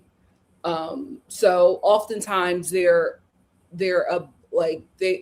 better at doing dramatic roles just because they apply the same abilities of being a conductor of joy and apply it to being a conductor of sadness, a conductor of anger, a conductor of strength. They just apply the same abilities to whatever emotion and character they are building in that moment. They just get to it quicker. Because they're able to get to it quicker, they're able to play a bit more and explore that character a bit more. Also, not for nothing, a lot of comedians lead pretty traumatic lives. Sad lives, yeah. Sad lives. And it's so interesting the amount of comedians who are super successful doing stand-up, making movies, being on TV, being on SNL and stuff. And they will tell you like they life be falling apart. They just have a talent for making whatever they're going through kind of funny or finding humor in it, or they're storytellers and they know how to tell the story of what's happening to them and making it funny. I just watched Eddie Murphy's documentary about his life, and he like talks about like when he's sad and how he was able to channel it into his acting. Eddie Murphy is a very underrated actor, dramatic actor, because he be acting and he definitely is due an Oscar, and he kind of like laughed and joked about how he never won an Oscar, but he felt like he deserved one. But also a lot of comedians are funny because that's their niche. I listened to an interview recently with Mariska Hargitay, Olivia Benson, my girl, Officer Detective Benson, and Amy Poehler. And they both were saying like, oh, I moved to Hollywood to have your career, because Mariska Hargitay is known for being Detective Benson on the most dramatic show for 23 years on SVU, and she wanted to be a comedic actress. And Amy Poehler, who was one of the funniest comedic actors, was like, I always wanted to be a serious actor like you. So like you get these people and they're just good at what they're good at, and they're good at everything, but like it hits for one thing. You know what I mean? True. Yeah. Very, very true. Oh, so Zora said Medea, the stage play. I don't know what Medea movie Arnold saw her in. No, she was. Was that? That might have been. Confusing your That wife. might not have been her. I'm so sorry. What's the one who was married to Charlie Sheen? Oh, Denise Richards. Somebody else I said think that. it was Denise Richards. Yeah. So she was in Medea at the stage play because I was like, Tyler Perry. What's the one that was married to Charlie Sheen? I pretty much seen all of Rose's work. How did I miss that? But we had thank you, Grant. Grant said, hi, Nikki and Arn. Hi, Grant. Thank you for the super chat. Mwah, mwah, mwah. Moving on, we have Wunmi. I will say this. All of her looks during it was Denise Richards. It was.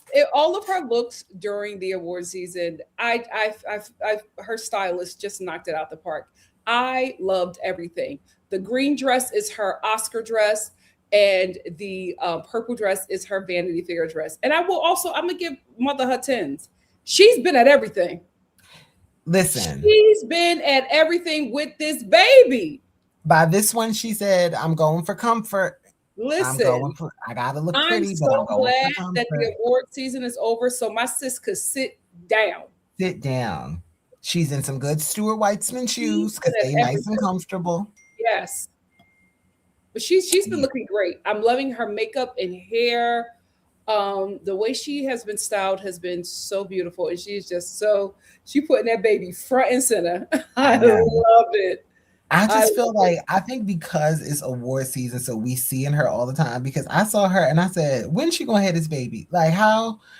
When is you due? Okay, when is you due?" So the green look is Louis Vuitton. Okay, Louis is styling all the black people. You know what? Apparently, everybody from Sinners had on Louis Vuitton. Ryan had it on. Yeah, so Louis Vuitton and the lavender look is George Chakra. Oh, gorgeous. Colors look so great on her. Any color. She did that yellow. And that's another thing. Her stylist. And she is a black stylist, Shamila Hicks. Yeah, Shamila puts her in a lot of colors. And I love that because she just lights up on the red carpet. Really, really I could have guessed. I did not know. I knew she was like Nigerian. I didn't know she was British. You didn't know? I didn't know. I thought she was.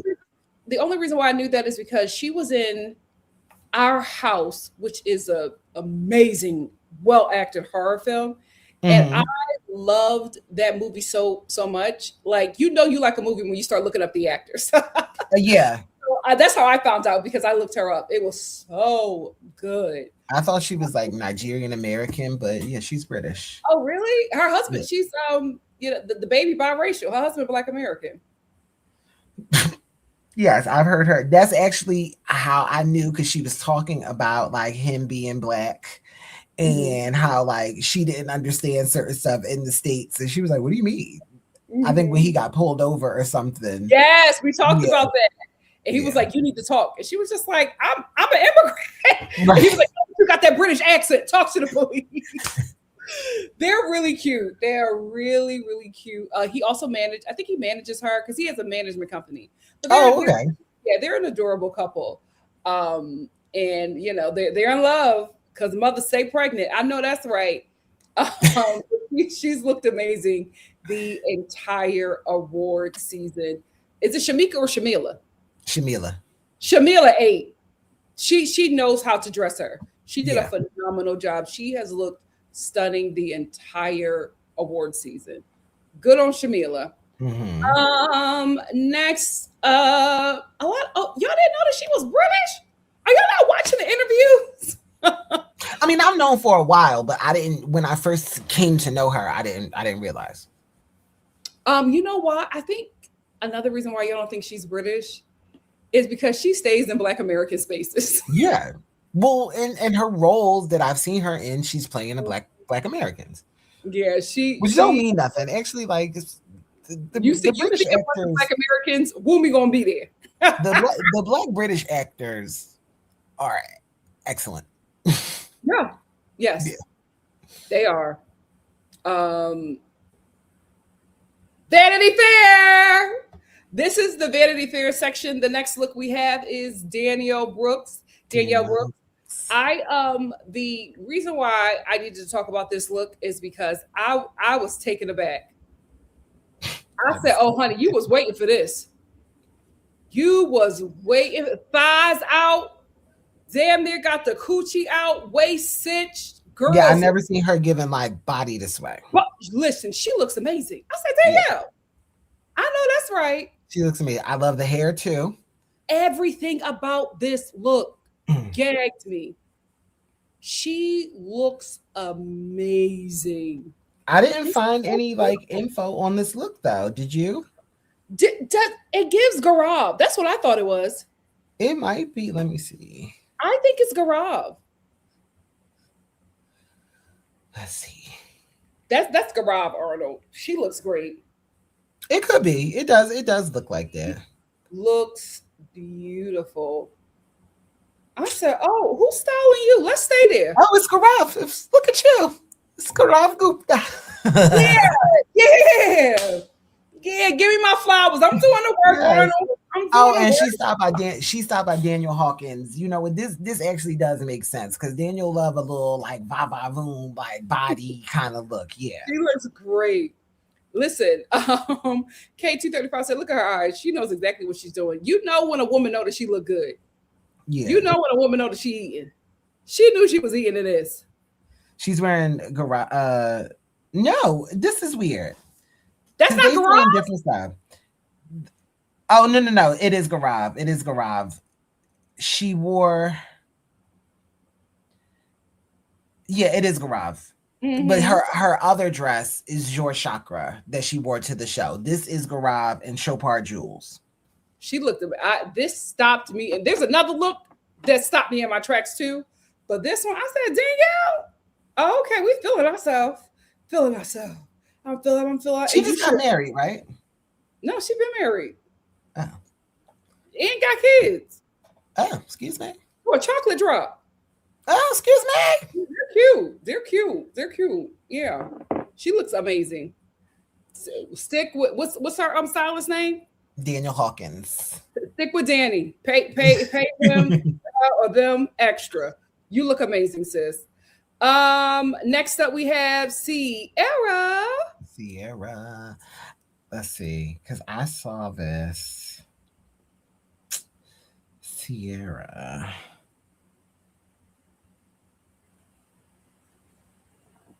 just be everywhere too. She do. Like Sierra gonna be at the opening of an envelope. I know. With no shade. Sierra loving an event. You never gonna forget. You never gonna be like, what's Sierra been up to? You gonna see her.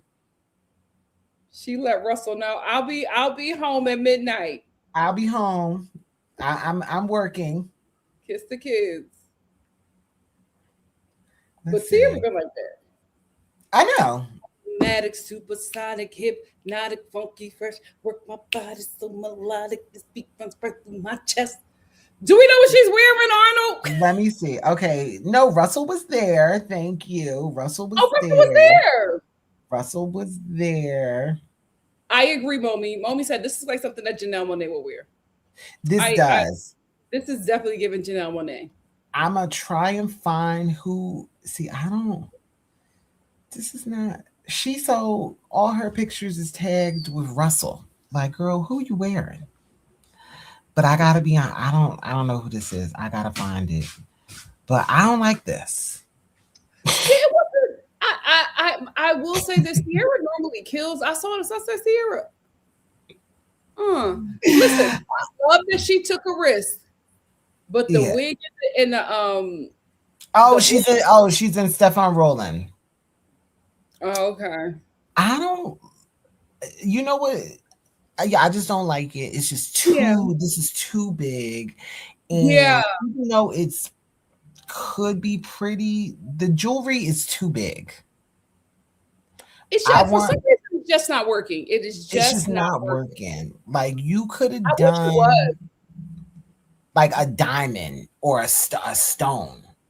Mm-hmm. I don't even know what this is. It's like, it's just, is it jade? It's just too big. Yeah. I don't like it. I will also say I just don't think this outfit fit the event. I mean, I Like, guess it's like a party event as no, opposed but to I like a feel like red carpet, but feel like for Sierra in her status, it did not look like this is a look that you should be wearing in 2026, right? yeah. I feel like we would have ate this up in 2006 at the MTV red carpet, Yeah.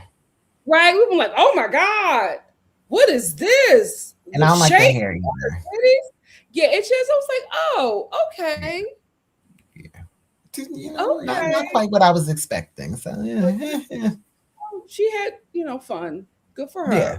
But I love her, you know. Yeah, we love her. Colman, the man. Colman is in. I always think that he's going to be in a nasty Valentino piece. This is custom Jacquemus. Yes. Yeah. Yes. I knew that. Yes. And I've never seen him do a suit before. He looks great. You've never seen Colman do the pink suit that I have and still gagging over? Yeah. That was Valentino. Oh, that was? Okay. Yeah. Yeah, I think so. Yeah, I'm pretty sure. Because that's when he was wearing Valentino like all the time. Mm-hmm. Wait, let me see. That one might not have been Valentino, but he was wearing a lot of Valentino. Yeah, I can't even look it up because it's just, if you try to look him up, it's look after look after look. Because all he does is serve looks. So Arnold, Cameron said that the necklace is a vintage piece. It's Diana Ross first wore it back in 1971. His necklace? No, Sierra's necklace.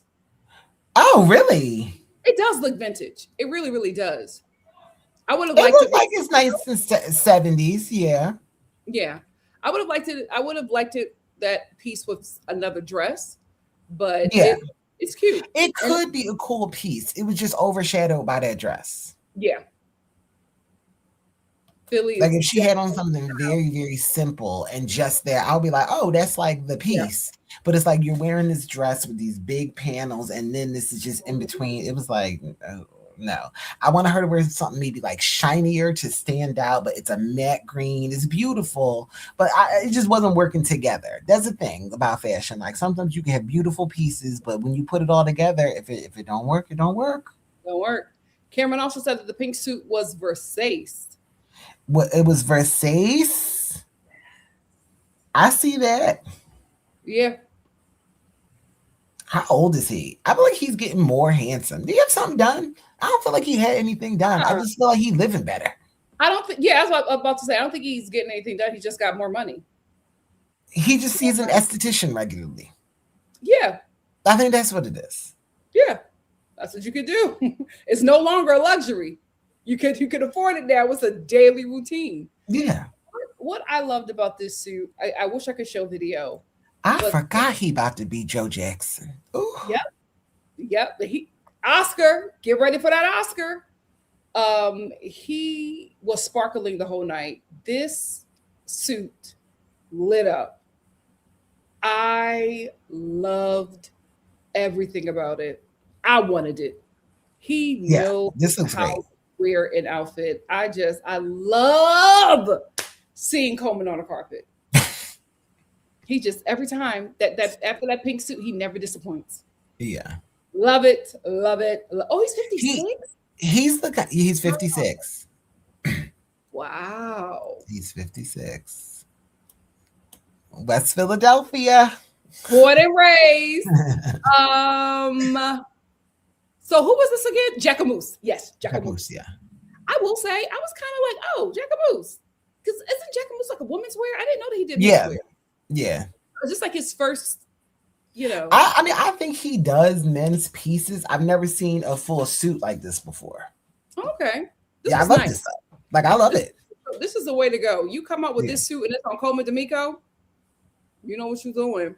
I love it. Tracy Ellis Ross. I love Tracy. And I love that Tracy is just like so at home Fun. everywhere, like, She and has Tracy fun. has fun. I love that. Tracy really owns. What I love about Tracy Ellis Ross is Tracy has her own personal style, her own personality, her own career, but it's still very much, oh, wait, I'm Diana Ross's daughter, though. Like, so I've been doing this a long time. So, like, she really is like the concept of like a Nepo baby. People try to act like she's like, no, no, no, I'm Diana Ross's daughter. But like, she really has built a lane outside of being Diana Ross's daughter. But she forever is going to be like, oh, I'm Diana Ross's daughter. Like, oh, this dress I borrowed it from my mom because my mom was Diana Ross. You know what I mean? Like, she does that, and I just love that she takes such ownership of it. She's not like ashamed of it. She don't try to shy away from it.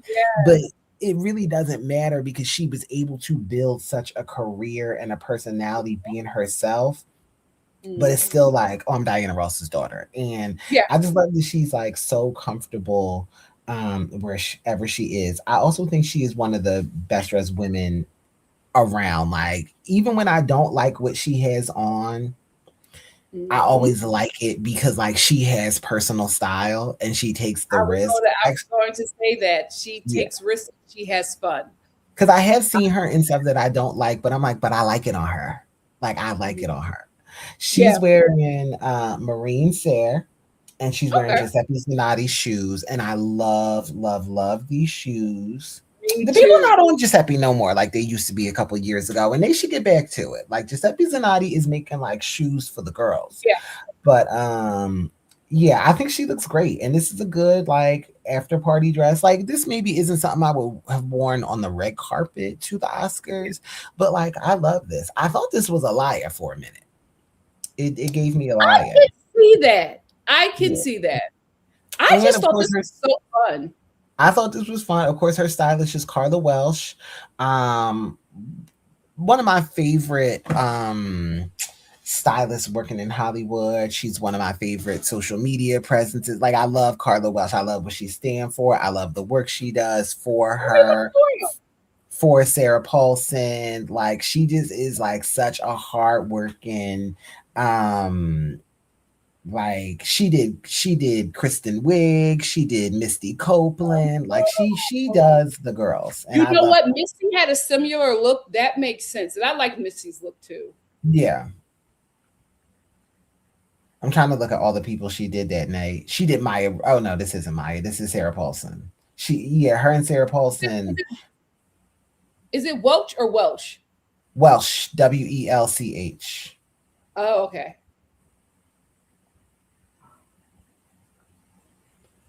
Oh, she did Lily Allen. Why did I think Lily Allen was Rashida Jones? What? In this one picture, you got to say, oh, she does Tessa Thompson, and you know I love Tessa. Oh yeah, she's the fun designer. Yeah. Oh, I'm looking at her looks. Yeah, she's a fun girl. A fun girl for a mature woman. I like. Yeah, these don't be little young starlets. I mean, she can do them, but yeah, here's this the is Misty like outfit, y'all. Very ballerina. Oh yeah.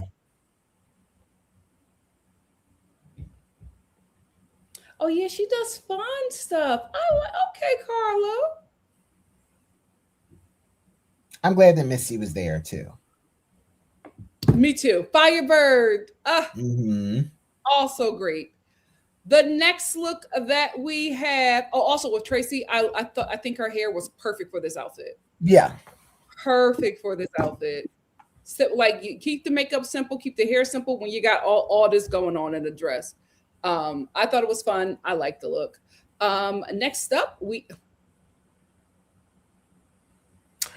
I'm gonna let you take it away. I'm gonna let you take it away.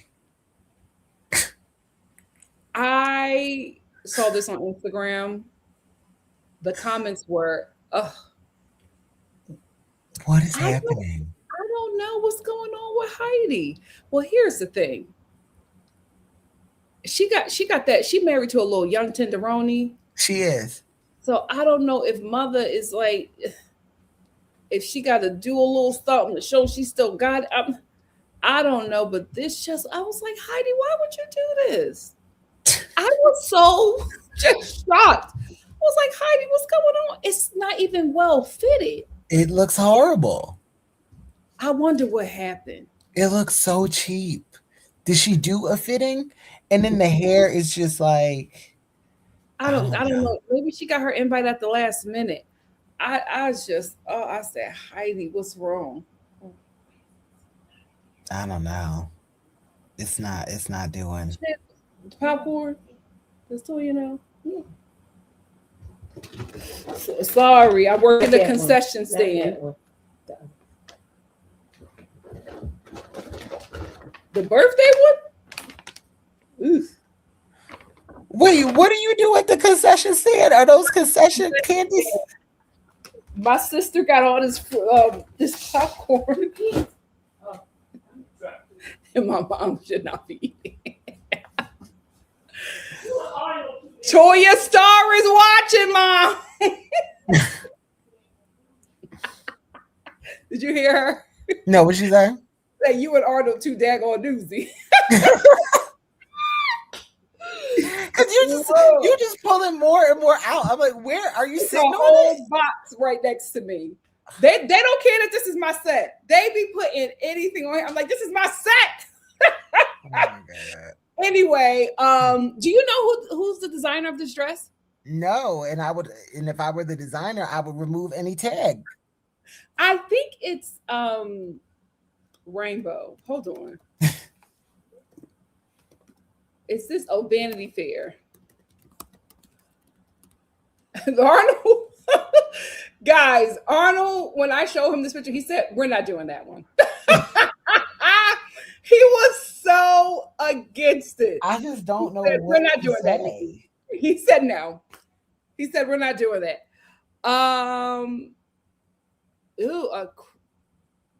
With Paris. Oh, this is why are you wearing chrome hearts? Listen, I gotta be honest. What is going? Why are you in chrome hearts? I do not like chrome hearts. This don't even look like chrome hearts, to be quite honest with you. They don't look like chrome hearts. I do not like chrome hearts, and I just do not get people's obsession with chrome hearts. It just does nothing for me. It's so expensive, and I just be like, this is not tea. And this, when did they start making gowns? I have no idea. This is Shein. I hope this is not their first debut into gowns. Pulling everywhere. First of all, it's making her look wide. It makes her look so big. Heidi ain't never been wide. And is it supposed to be nude? Is the chest supposed to be nude? Here's the thing. The chest is supposed to be nude, but I think that lace is different than the lace on her thighs. And it's not her skin tone. Who is her stylist? This is why I say, guys, you gotta show up to them fittings. Yeah. You have to show up to please don't ever be too busy that you can't go to your fitting. Yeah. This is crazy. If you can't go to the fittings, you might as well not go. Don't go. I couldn't believe it.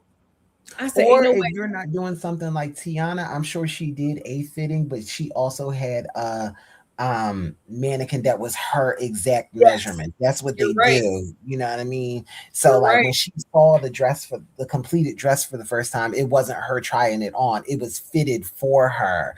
This is nonsense. I did not know that was her. I said, "Ooh, Heidi." And it ages her. I mean, she's over 50, but she looks great. But this ages her. Yeah, I don't think this didn't flatter her body. It didn't flatter her skin tone.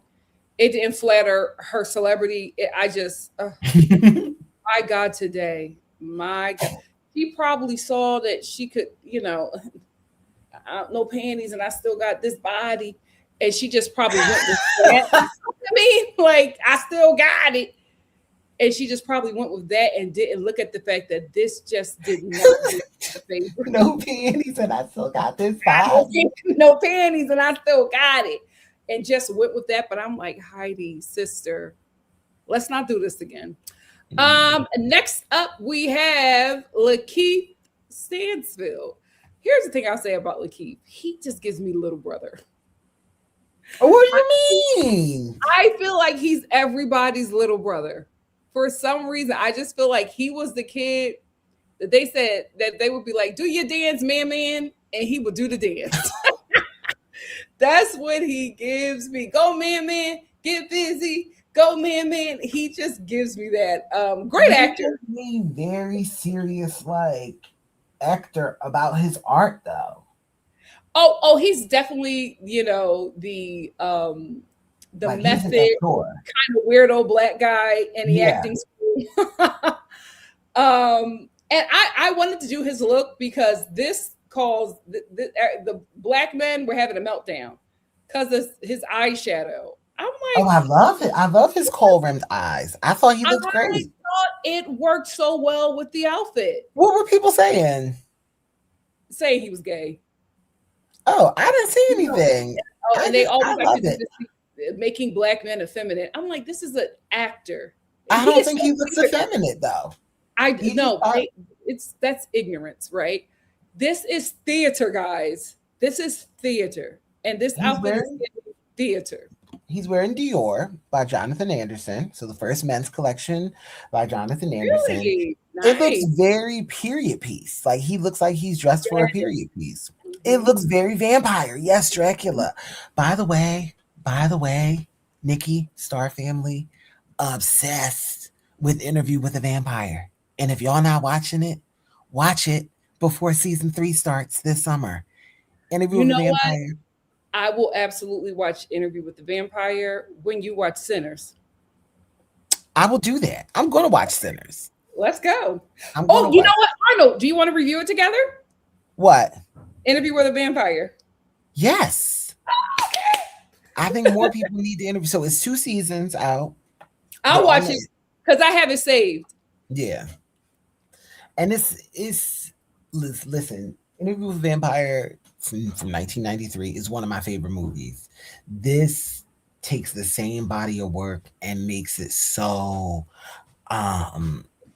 it is still the same vein. It's still Anne Rice. It's everything that it's supposed to be, but it's so much deeper. Like it just has so much more depth to it in terms of like who the characters are. Louis, who was Brad Pitt's character in the movie, is black in this one. Oh, he's Creole. He's from New Orleans. Mm-hmm.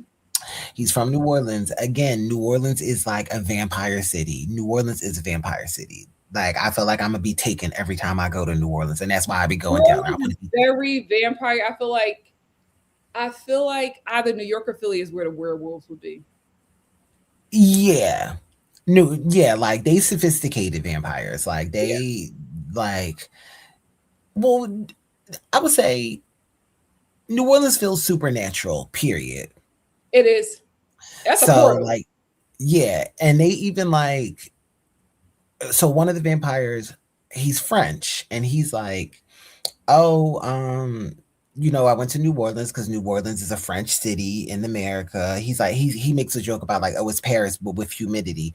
But he also says like, oh, New Orleans is like the best place to be a vampire, because he was like meeting up with people at night and they had never seen, and people, they were like, didn't you think it was weird that you only saw him at night? And they're like, no, not in New Orleans. Like, it's people who you only know from the night.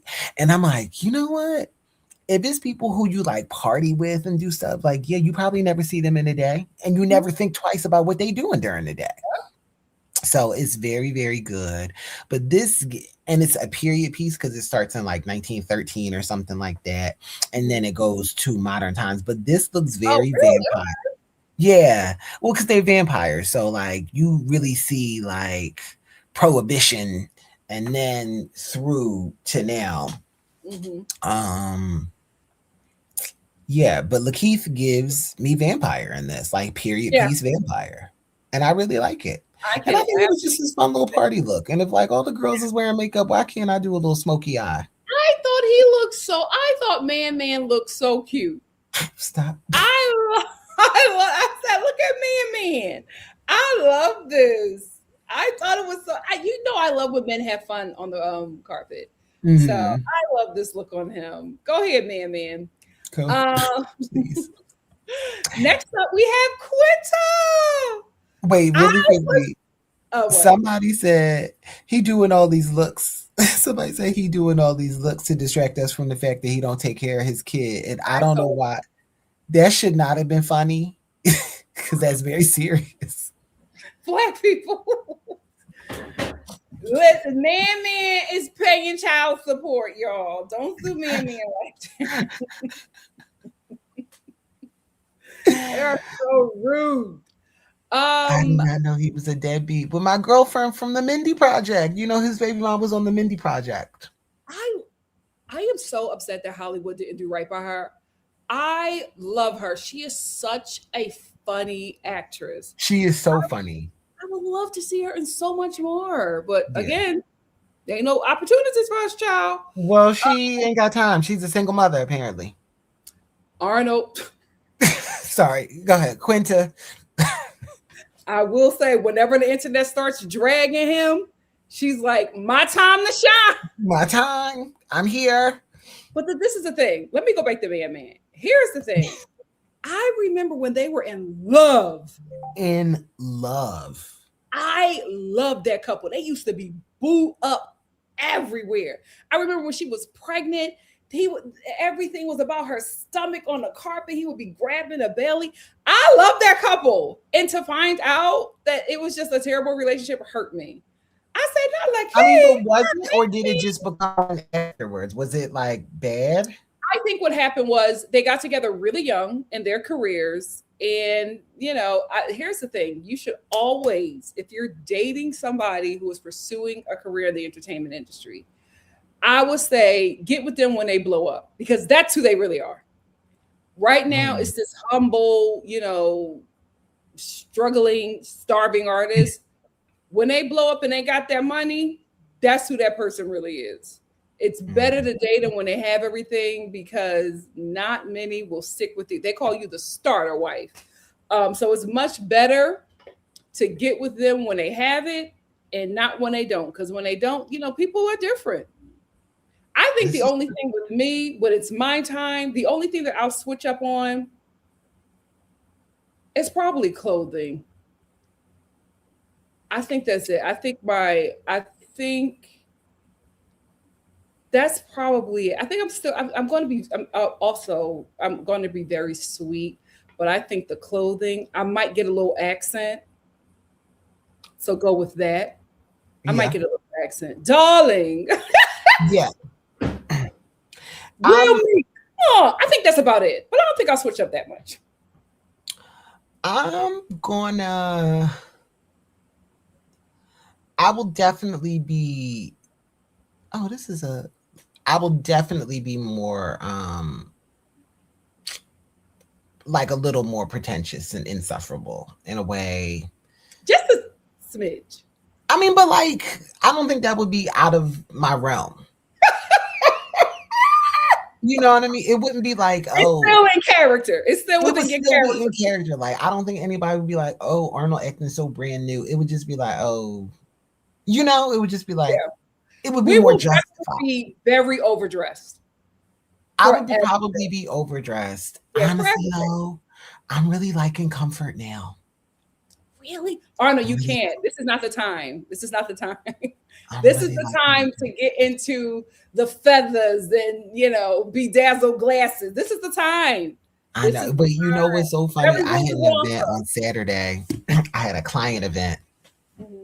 So I had to like jazz it up a little bit. And I really didn't do too much, but I just wore like this nice button-up shirt. And everybody was like, oh, you look nice. What you do? And I'm like, yeah, I had to jazz it up a little bit, because for me to work like in the work that I do, anybody who works in fashion to a certain extent will tell you like, it's not like glamorous. Like, you are running around, you lifting dresses and gowns, you pulling racks and stuff like that. You're doing like physical work. So sometimes like wearing heels for ladies or loafers for men or button-up shirts and stuff, it's like, oh, I can't get my full range of movement in this. You know what I mean? So I would like very much wear like a sweater or something like easier. But I was like, oh, I gotta like, when you gotta dress it up, you dress it up a little bit. And I wasn't even dressed up, but I was just in like I dress up more than I usually do for work. And I'm like, oh shit, I haven't worn like a nice button up like this in a while. Listen, this is the time to do it. We got to get back to that. We got to get back to that. Let's get out of the moo-moos and into some suits. Into some suits. But back to Quinta, yes. The reason why Quinta I wanted to, first of all, she looks amazing. She's amazing. This hair, 8. I love this look. I love the light because she's always on, like, her natural color. Yeah. I'm like, oh, we are a woman. Mm-hmm. And then she in this little see-through dress. I said, not Quinta with the butt and puss out. Yeah, Quinta is very much like a woman now. I think because she's little and she's funny, like we view her as like a little girl, but like no, Quinta is a woman. She said, I'm a woman. I'm a woman. And I was like, oh, she's here. And I loved it. I love it. Because normally they're dressing her like she's a comedic actress, so the fun, quirky black girl. But this was letting us know. And I think it fits her so well. And I think she just looks really, really pretty. I love this on her. I love the hair color. As long as it's like, if it doesn't cause any harm to her scalp or whatever, she should keep it. This is a good, yup. That's that post-divorce glow up. I know, post-divorce. She looks good. Ain't it something? There's always a man draining them. She got rid of that man, and look what we got. My God, today. She's in Tom Ford.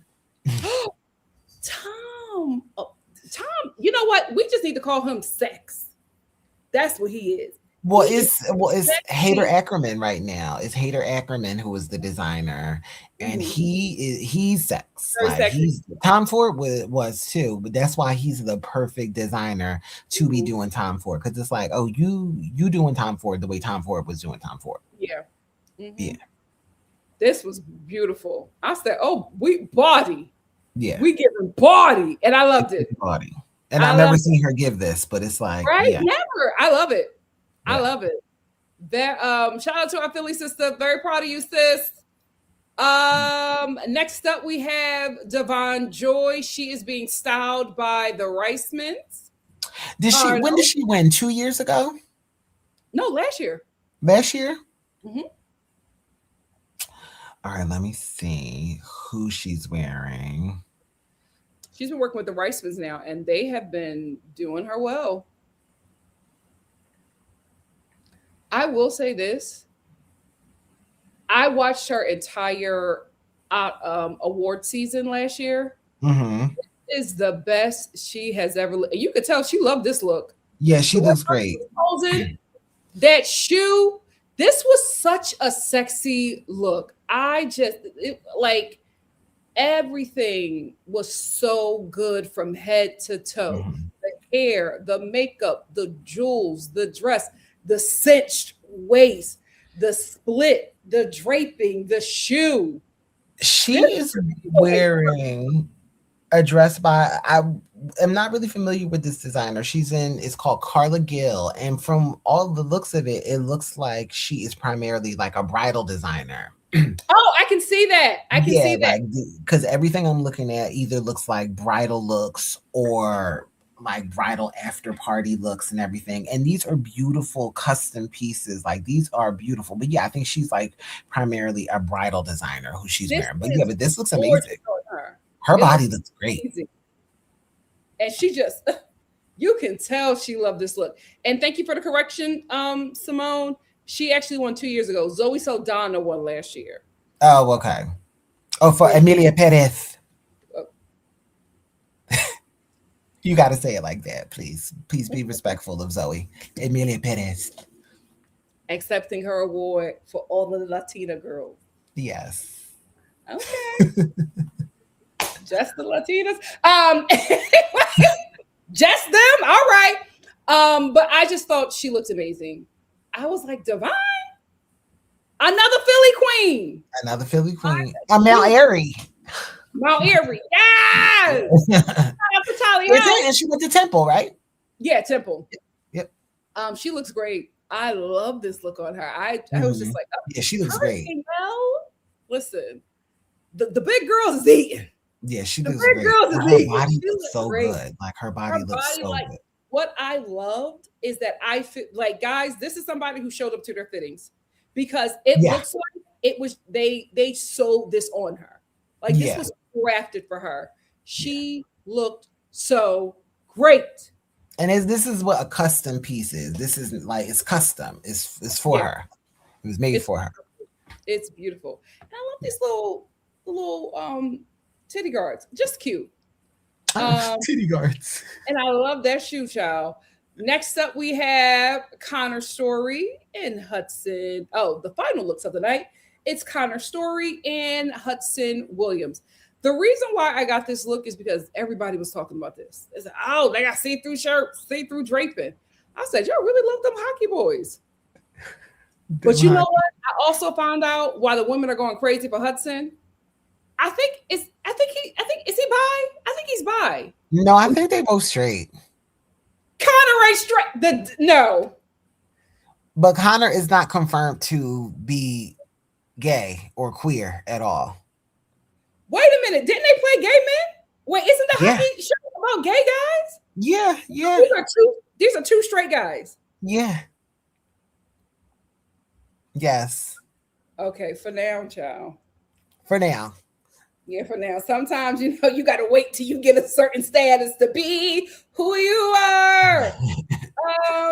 But you know what? I haven't seen it. So Connor, wait a minute.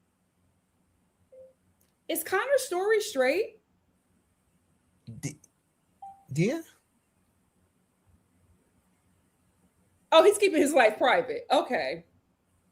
He ain't confirmed nothing. He's keeping his life private, and so with Hudson, but they were both doing the keeping my life private thing when the show was like airing and people were really getting a lot of attention to them.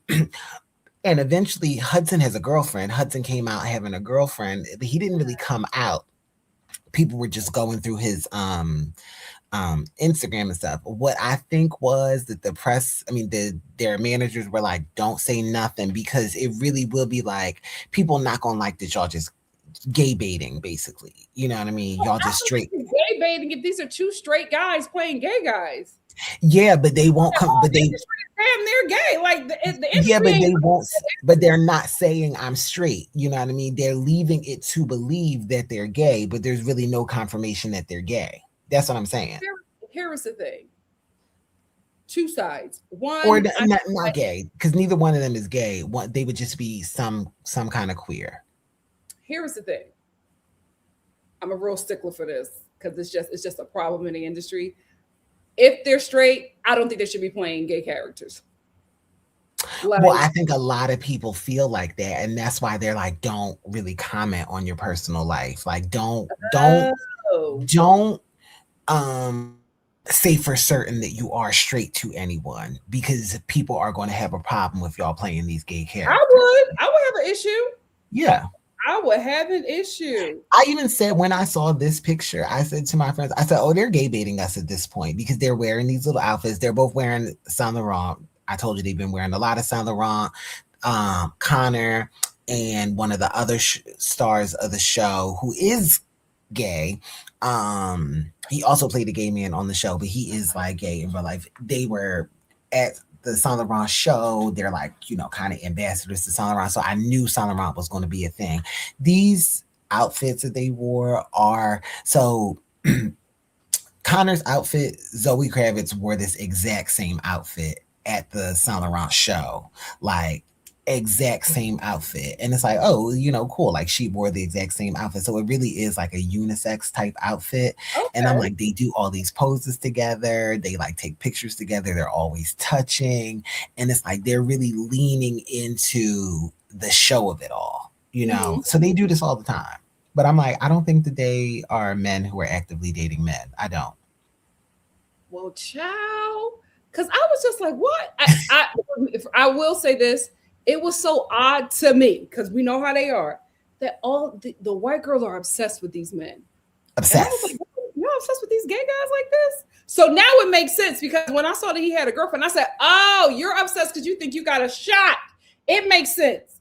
Because I was just like, the way they are going, oh my God, Hudson there. Oh my God. Well, I think it's You're not Well, really. I think it's a couple factors. You don't, yeah, you think you have a shot. You don't know, but also they're very. It's a very sexy show. They're Hmm. naked and they're having sex, but they're both just attractive men. So of course, women were very attracted to them. You know what I mean? And in the show, both of them are like dating girls or like trying to date girls and stuff too. So like you see them with Oh, girls, but then they keep like kind of going back to each other. But yeah, the movie, I mean the show is about them as partners, but no, it's definitely a lot for straight women to be attracted to. Did you know yeah. that's like a And whole genre? what? Like gay porn for women? It, Yes. it's a thing. We're going to talk about that. Yeah. It is a big thing, especially my God today. Especially Asian. That's where it's Really? really huge. Yes. That's where it's really huge. In Japan and Korea, yes, like The girls huge. be watching the Asian girls be watching gay porn. Well, like watching it, but like it's like reading it, Oh, reading it. reading it.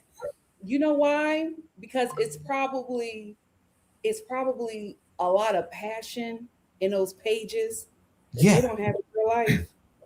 And um Heated Rivalry is written by a straight woman. Well, well, Yeah, it's written by a woman. So it's not like gay well. for dudes. It's written by women. Yeah. And you know that lavender marriage is on the rise.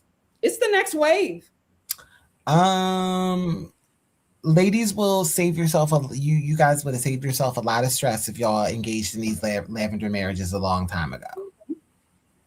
Oh, the author is Like, bisexual. oh, she's bi? Is she Caucasian? Yes. Oh, mm-hmm.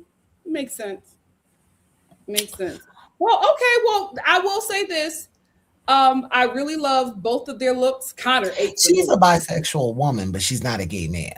Yeah, You get what I'm saying? So her yeah. reference would not be from her reference to these men being in a relationship and having sex.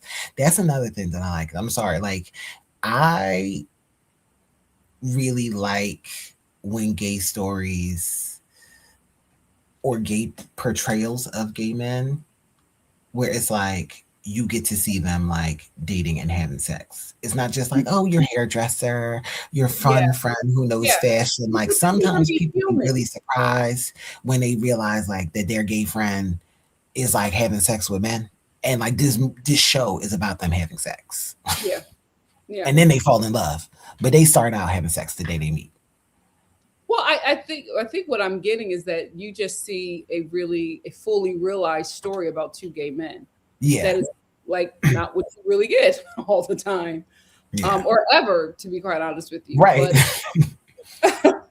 But yeah, I guess I watch. Everybody's talking about the child, but I like I said before, I think they both look really really nice. I love Connor's look. Yeah. I love. I think that I don't like the fur. I think if he would have just done without that fur and just had this look with that chain. You know the crazy thing? I didn't even notice that fur thing until I referred to the Zoe Kravitz thing, and she was wearing the exact. And I'm like, is that part of the shirt? Because I, like she's I hope wearing it exactly like that on no, one arm. I'm like, take is this a that muff? off. That's all he needed. Them abs and that chain. That was it. I was He like, was what is this? amazing. Saint Laurent is like the hottest brand to me right now. Like Saint Yeah. Laurent is like the brand to me right now. Mm-hmm. Yeah. Oh, the author is married to the author. Okay, girl. She is all up in Oh, I love that. Okay. A little reference, a little home reference. I like that. Um Oh, so he okay. probably told her, this how it go. This how it go. This how we do it. Let me just do some edits. How about that? So a Yeah. lot of times, He probably told her, write it and then yeah, let me right. look it over. Yeah. Yep. So a lot of you guys are just like, no, Alondria. Guys, we talked about her in the last live, but since you guys brought it up, of course I'm gonna bring her up. I'm not getting rid of those pictures. The Black Barbie. Her skin is just, my God, today. This is her Vanity Fair look. I don't think she went to the Oscars. Yeah, I don't think she went to the Oscars. She Because definitely this got is the invited. only look I saw. Yeah. How do her boobs sit up like they're so round? That's what I was about fake, to right? say. No, those are her real boobs. They're so round. They have she needs to come out with a line of boob tape. Whatever she is using, she needs to be the ambassador because her tatas always look great. They're like so round and perfect. She always looks amazing. Oh my God, today. Oh, this is a shot. This is a good That's shot. my favorite shot of her of the night. And she just be everywhere. I wonder if people be like, who is she? Who is she? Oh, everybody knows who she is. Like there was footage of her walking into these parties. Zendaya is running over to her. Like everybody loves this woman. Yeah. That is an Is she amazing acting? show. No, she's just like a socialite. She's like that girl. And I am here for Black socialite supremacy. What's the man doing? They still together, right? Yeah, they're still together. The man is he's a DJ. Nick? Yeah, Nick. So he's getting into his DJing. They're still together. They're still very supportive of each other. Period. That's what he wanted to do. So he used his opportunity to make it happen. I will say this: the Reismans have eating with Black women because they also style Divine Joy. Like they're the ones to be with. They are the ones to be with for young Black women in the industry. They always put her in like lesser known like up and coming designers too. Like I don't be knowing who she's wearing. Mm-hmm. This is Pajim Rossi. Okay. Pachim Rossi. Never heard of this designer. Fashion brand based in Kosovo. So. Oh wow. Mm-hmm. It's hot stuff though. It's very sexy. Yep. And that's her mug Painted by Esther. My God, today. Oh, was she Esther? Listen, Esther does her well. Esther is beating the girls. Yeah, she is. And this is Esther's you took it off, but that's Esther's like signature look. Like the heavy blush is Esther's look. Yep. A Black British makeup artist. Heavy blush with a dewy lip. I love Esther. Everything. And I assumed this was Esther. I just hadn't gotten confirmation, but this is Esther's signature look. Honestly, I haven't seen anybody else. I haven't seen like anybody else do Alandria's makeup. As soon as I don't know if I have too. Painted, it's like the Reismans and Painted by Esther came together. Mm-hmm. Just, said we're collabing on these looks, and they've done a phenomenal. And I always see Esther does her all the time. Esther does what's that little child? What's that little South African child's name? Tyler. She does her all the time, and I love her work on her. It just looks like so baby doll on her. She does Keke Palmer. Like Esther be doing the girls. Yeah, she does. Yeah, she does. So but it's like always Tyler and always Alandria. Yeah, and you could tell by her signature blush look. I love that she has a signature look, but you just know you're like, oh, and all the makeup artists are like copying it, and they give her props. They like, oh, I'm trying like this look by Painted by Esther. Yeah, I'm telling you, that's baby Pat McGrath. Those are all the looks for tonight, guys. Who is your? Let's do who's your best Oscar look, boy. Best Oscar look, girl. Best Vanity Fair look, boy. Best Vanity Fair look, girl. All right. I would say I would have to give it to maybe. I want to say like maybe Michael B. Jordan. No, Ryan. I like Ryan. Oh. I liked Ryan. I just thought he looked so nice. Mm-hmm. This is a look. Okay, I'll give it to Ryan. Mm-hmm. And I would do like a tie. because I love Teyana, but I also really, really liked Rose Byrne. Oh, really? I really did. So Teyana. But I might say Teyana more. Teyana gave a little more, like with the jewelry and everything. Yeah. But I will give it to is it Jack O'Donnell? Is it, what's his name? Oh, Jack. He looked so good to me too, and I love that he wore the teeth and the glasses. Yeah, like he brought it. That sold it. Like I came to the Oscars in character that I'm here for. So like I like that. Yeah. That's what you're supposed to do. Have fun. Yeah. And it was fun. Yeah. It wasn't stuffy. And everybody is talking about the fact that he did this. Mm-hmm. Yeah. He was having a good time. My best dressed woman of the night for the Oscars. This was beautiful. Oh, yeah. I didn't even need the story about her daughter's names being sold into this gown. This was beautiful. Mm-hmm. I loved this look. She knew that she ate. She always know. Yeah. My best dressed guy, I would have to agree with you. Yeah. He looks very well put together and so very well put together. I love the look. I was just like, yeah, this is how you win. And the white bow tie, I love it. White such tie. A nice look. Such a nice look. And shout out to his braider because that absolutely set it. Like everything was just so strategic and it worked so well together. Mm-hmm. Best dressed Vanity Fair boy.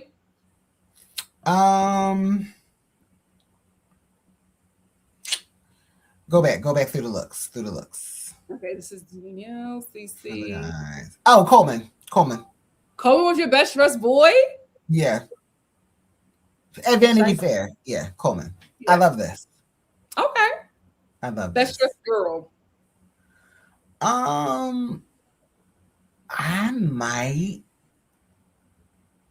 I might give it to Queen Latifah. I thought she looked so pretty. Oh, really? Yeah.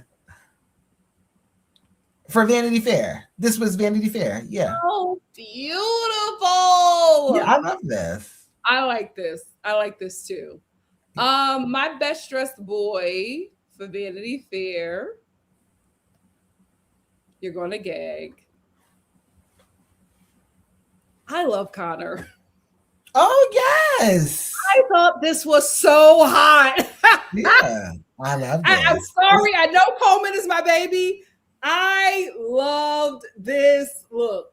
No, like Tom Ford and YSL are doing the sexiest clothing right now. Aside from that fur thing, I wish that wouldn't have been a part of it, but it was simple, but yet so hot. I don't even know what it is, but yeah. Okay. Is it a muff? Huh? Is it a muff?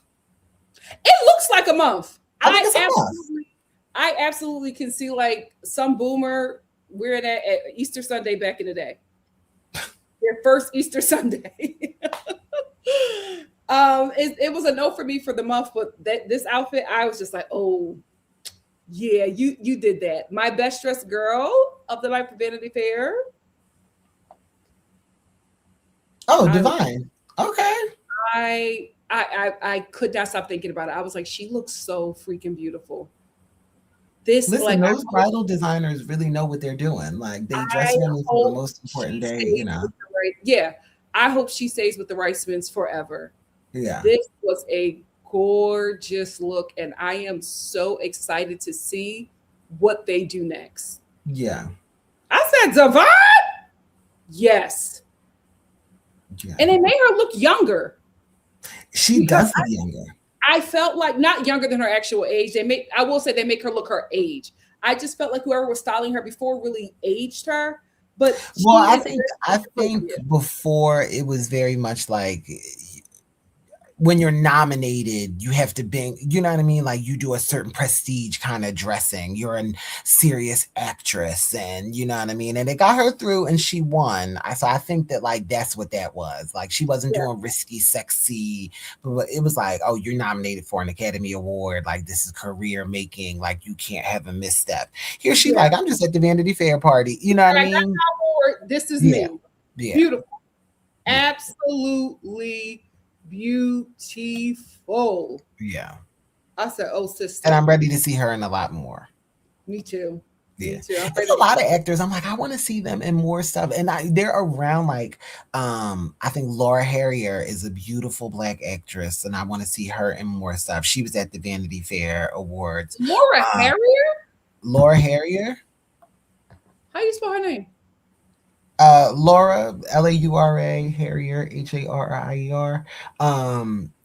Zazie Beats or ZZ Betts or something like, you know, from Joker. I want to see her in more, even though she has a new movie out that They Will Kill You, which looks like a really cool I movie. actually want to see that because it gives it gives me Ready or Not. It gives me Ready or Not, but it also gave me like Kill Bill. Like it's just one woman just going on a rampage through. And I also like that from the ads. Oh, Laura. Yes, I know Laura. Yeah, I think she's a pretty girl. I want to see her in more stuff. I like that I don't know what the movie is about. I also want to see Mikey, the girl who won Best Actress last year. Mike, is it Mikey? Yeah, it's Mikey. Oh, yeah, I know who you're talking about. From the movie about the stripper in Coney Island. I haven't seen anything from her since that. She's in the new Dior ads. Mikey Madison. Yeah.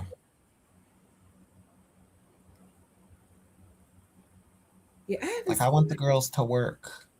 I haven't seen her anything, but yeah, you know what I'm so excited for? What? Ryan Coogler's X-Files with Daniel Deadwyler. Oh, he's doing X-Files? Yes, he is. And Daniel Deadwyler is the lead. When I tell you that girl can act her face off, I am like, it's not like a 2-person. It's not like it's 2-person. It's 2-person. The other guy wasn't announced, but she was announced. But so she got that. Okay. Yeah, I don't. Let me see if they have announced it yet. But I am excited for that. I have been excited for her work. She did the latest. I think the Lady in the Backyard or something. That wasn't her best, but sometimes you got to take a job to pay your mortgage. Yeah, she's a phenomenal actress. Yeah, I can't wait to see her work. Sometimes you got to take a job to pay your mortgage. Sometimes you got to listen. Some stuff you just like, you know what? I'm showing up for the check. It's a paycheck, yeah. Yeah, they haven't announced the guy yet, but Ryan Coogler, producing and directing the whole thing. It's going to be phenomenal, and I cannot wait. I can't wait. So they haven't started. No, they haven't started yet. Okay. Because she's the only one that's been named. Right. She's the only one who's been and he's also writing it, so I guess he's writing it around her. They're shooting this summer. Yes. Oh, I don't even think we said it, but that's what he won for, Best Original Screenplay. Yes. Oh, I did say that. I said he should. Yeah. He had no competition. Yeah. It had no competition. Okay. Oh, I thought X-Files was going to be a series. Is it going to be let me see. I thought it was going to be a series. Ryan Coogler for Hulu. It's a series. Oh, it's a series. Oh, okay. It's gonna eat. Didn't they do is this the first X-Files reboot? Yeah. Oh, okay. They were it's been in talks for a while, and I think the conversation died down, and then Ryan just picked it up. Oh, good for him. You know what? I would love I would love for it to be a Black male lead. Maybe with his Oscar win, he can pull that. But you know what industry we're working in, child. I don't know if he can pull that. Maybe with Ryan, he might. Oh my God, maybe Ryan might cast a Native American actor. I hope Jillian Anderson, and David Duchovny like do guest roles on there. Like I think that would be so great. I would You love know, that. Jillian Anderson. I thought that she did very good in X Files. I did not know that woman was a phenomenal actress. Yeah. Like since the X Files, the work that she is doing, I'm like, oh, they were holding you back. Yeah, they were holding you back. That was a picture. Yeah. On The Crown. Did you watch The Crown? Yeah, because of her. I was like, oh, this is Margaret Thatcher. This is Margaret Thatcher. She is amazing. I said, oh, okay. Yeah, girl. And everything, and since the X Files, I'm just like, oh my God, this is an actress. Like, yeah. She deserves all her flowers. She's that good. Yeah. Momi said, I don't think they're going to have 2 black leads unless the guy's biracial. Biracial means black in Hollywood. So, yeah, I don't know. I don't think they are, and I don't think they need to. Yeah. Yeah. I don't think they need to. It should just be, Listen, it might just be because since Danielle Detweiler was the first person and only person announced, it might just be her thing with the guy supporting. That's what I was thinking. Like, is it just her? Is she just going to be? I'm fine with that. Dahlia said, Jillian Anderson is an amazing actress and one of the most beautiful women I've ever seen. Here's the thing. Not only has her work gotten better since the X-Files, she's also gotten more beautiful. I'm just like, I felt like X-Files broke her back. I'm like, oh, you're stunning. You are stunning. Yeah. Any final thoughts, Arnold? I mean, listen, it was the Oscars. It wasn't my favorite Oscars. It wasn't super groundbreaking. I really wanted Sinners to get Best Picture. I just felt like it deserved it just based on, it got more nominations than any movie this year. It got more nominations than any other movie. It kind of just makes sense that it was the better film because it had more aspects about it that were really good. I'm super happy for Ryan winning Best Original Screenplay. Super happy for they won 4 awards, right? They won 4 out of 16 nominations. Yeah. So I'm super happy for them, and it was clearly a successful movie. It was clearly a box office success. So it ain't just critical acclaim. It made money, and I think it's going to make more money now because I'm resolute in going to the movies to see it. Like, I don't want to stream it. Like, I want to go to the movies to see it. I think it's going to be put back in the theaters in the summer, and I would I do too. In the theaters for Halloween. Yeah. Oh, that would be cool. Smart to put it back in the theaters for Halloween, but I definitely think it's going to be put back into the theaters for the summer, and it's probably going to get even bigger now with an Oscar attached to it. But yeah, same thing. I wish Sinners would have won all the awards because I felt like they deserved all of them, especially Best Song. But it is what it is. Well, I'm proud of them. The Oscars were cute. I wasn't mad at the Best Song because I loves my Hunters. He loves a minstrel show. I like that song, show, Arnold. And did you hear that, girl? Oh, we're bringing this back to Korea.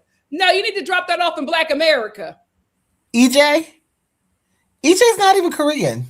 Isn't she from like LA? People that won for the Best Song. That was their speech. Yeah, but she's. They won twice. It was but she's Korean American. She's American. Yeah, she need to stop by Black America and say thank you, thank you, Black America. At least one, because remember I told you there's 3 of them. It's a trio, just like in the movie. But one of them is definitely like American, or 2 of them are they're American. I don't think they're from Korea. I think the girl that always eats is American. I don't know her name, but her fashions be killing it. Yeah. Coco Quiet said, hey, Nikki, hey, Arnold. This is slightly off topic. What do you guys think of the Met Gala theme? Who do you guys think would slay this theme? Now, I would love to answer this question, but I think that there needs to be a bit more. I think we just need to do a discussion about that. Arnold, are you down to discuss the Met Gala and the guest list? Really quick, I just think the Met Gala theme, this year, damn, is pretty generic. It's not like a groundbreaking theme. I was just like, this is not like a cool theme. So I really don't think. Let me find the official. Here he goes. He's about to go into all of this stuff. Guys, we're going to do a live about the Met Gala. Because Arnold is about to do all this research. I'm not. It's late. Hour 3. It's just like we're in hour 3. Arnold said we will do a live about this. I just want to see the theme is costume art, which explores the intersection of fashion, art, and the human form. That's what all fashion is, though. So like, this is the best y'all could come with. And listen, for the people, I will review the Met Gala. Morally, I am opposed to what they doing with the Met Gala. Yeah. But I understand it because it's being underwritten by Jeff Bezos. You know, I don't fuck with nothing Bezos. I don't fuck with nothing Amazon. I don't do it. And I want y'all to delete the Prime. Delete it. Y'all don't need it. Go to the store. Go to a physical store. Soon y'all not going to have nothing because the man is raising $500 billion to buy up every manufacturing plant that he can, literally fire everyone there and have all his manufacturing done by AI. That man is evil. Evil. Ain't no reason he got $200 billion. But he's underwriting the Met Gala. I understand. It's a charity event.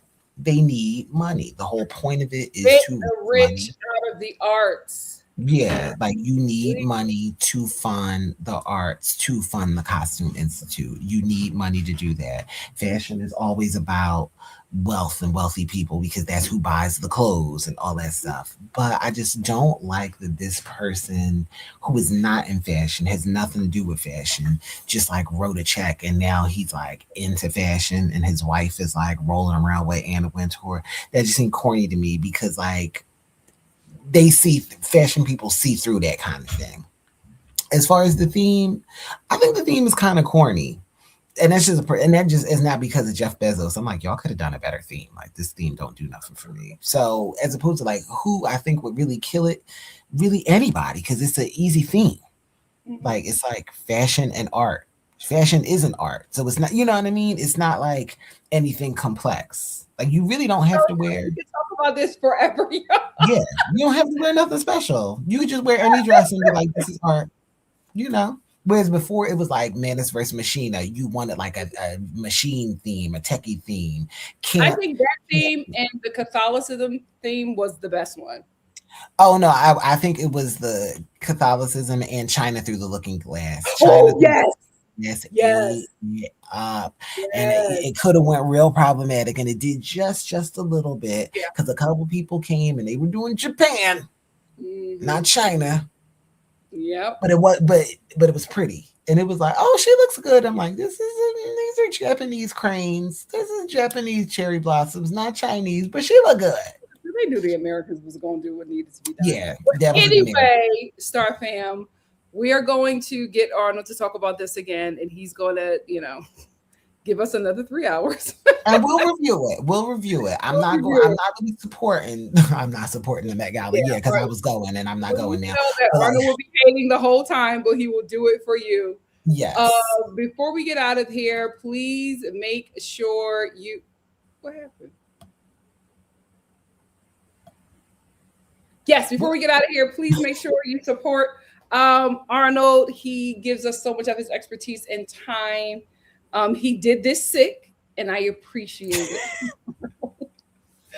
I appreciate you taking time. So does she. I appreciate you taking time out of your day, even in your, sickness, your hungoverness. Yes. Thank you for spending time with us. We love your expertise and just your whole worldview. It's very interesting and comedic. So we thank you for your time. I love you, Star Fam. We will see Star Fam, we got through another award season. Yes. We did the award season. Thank you, Star Fam, because I was able to get Arnold for the Met Gala and Interview with the Vampire. So look out for that. Oh, yes, yes. Yes. So anyway, love you all. See you soon. Bye. When does Interview with the Vampire start?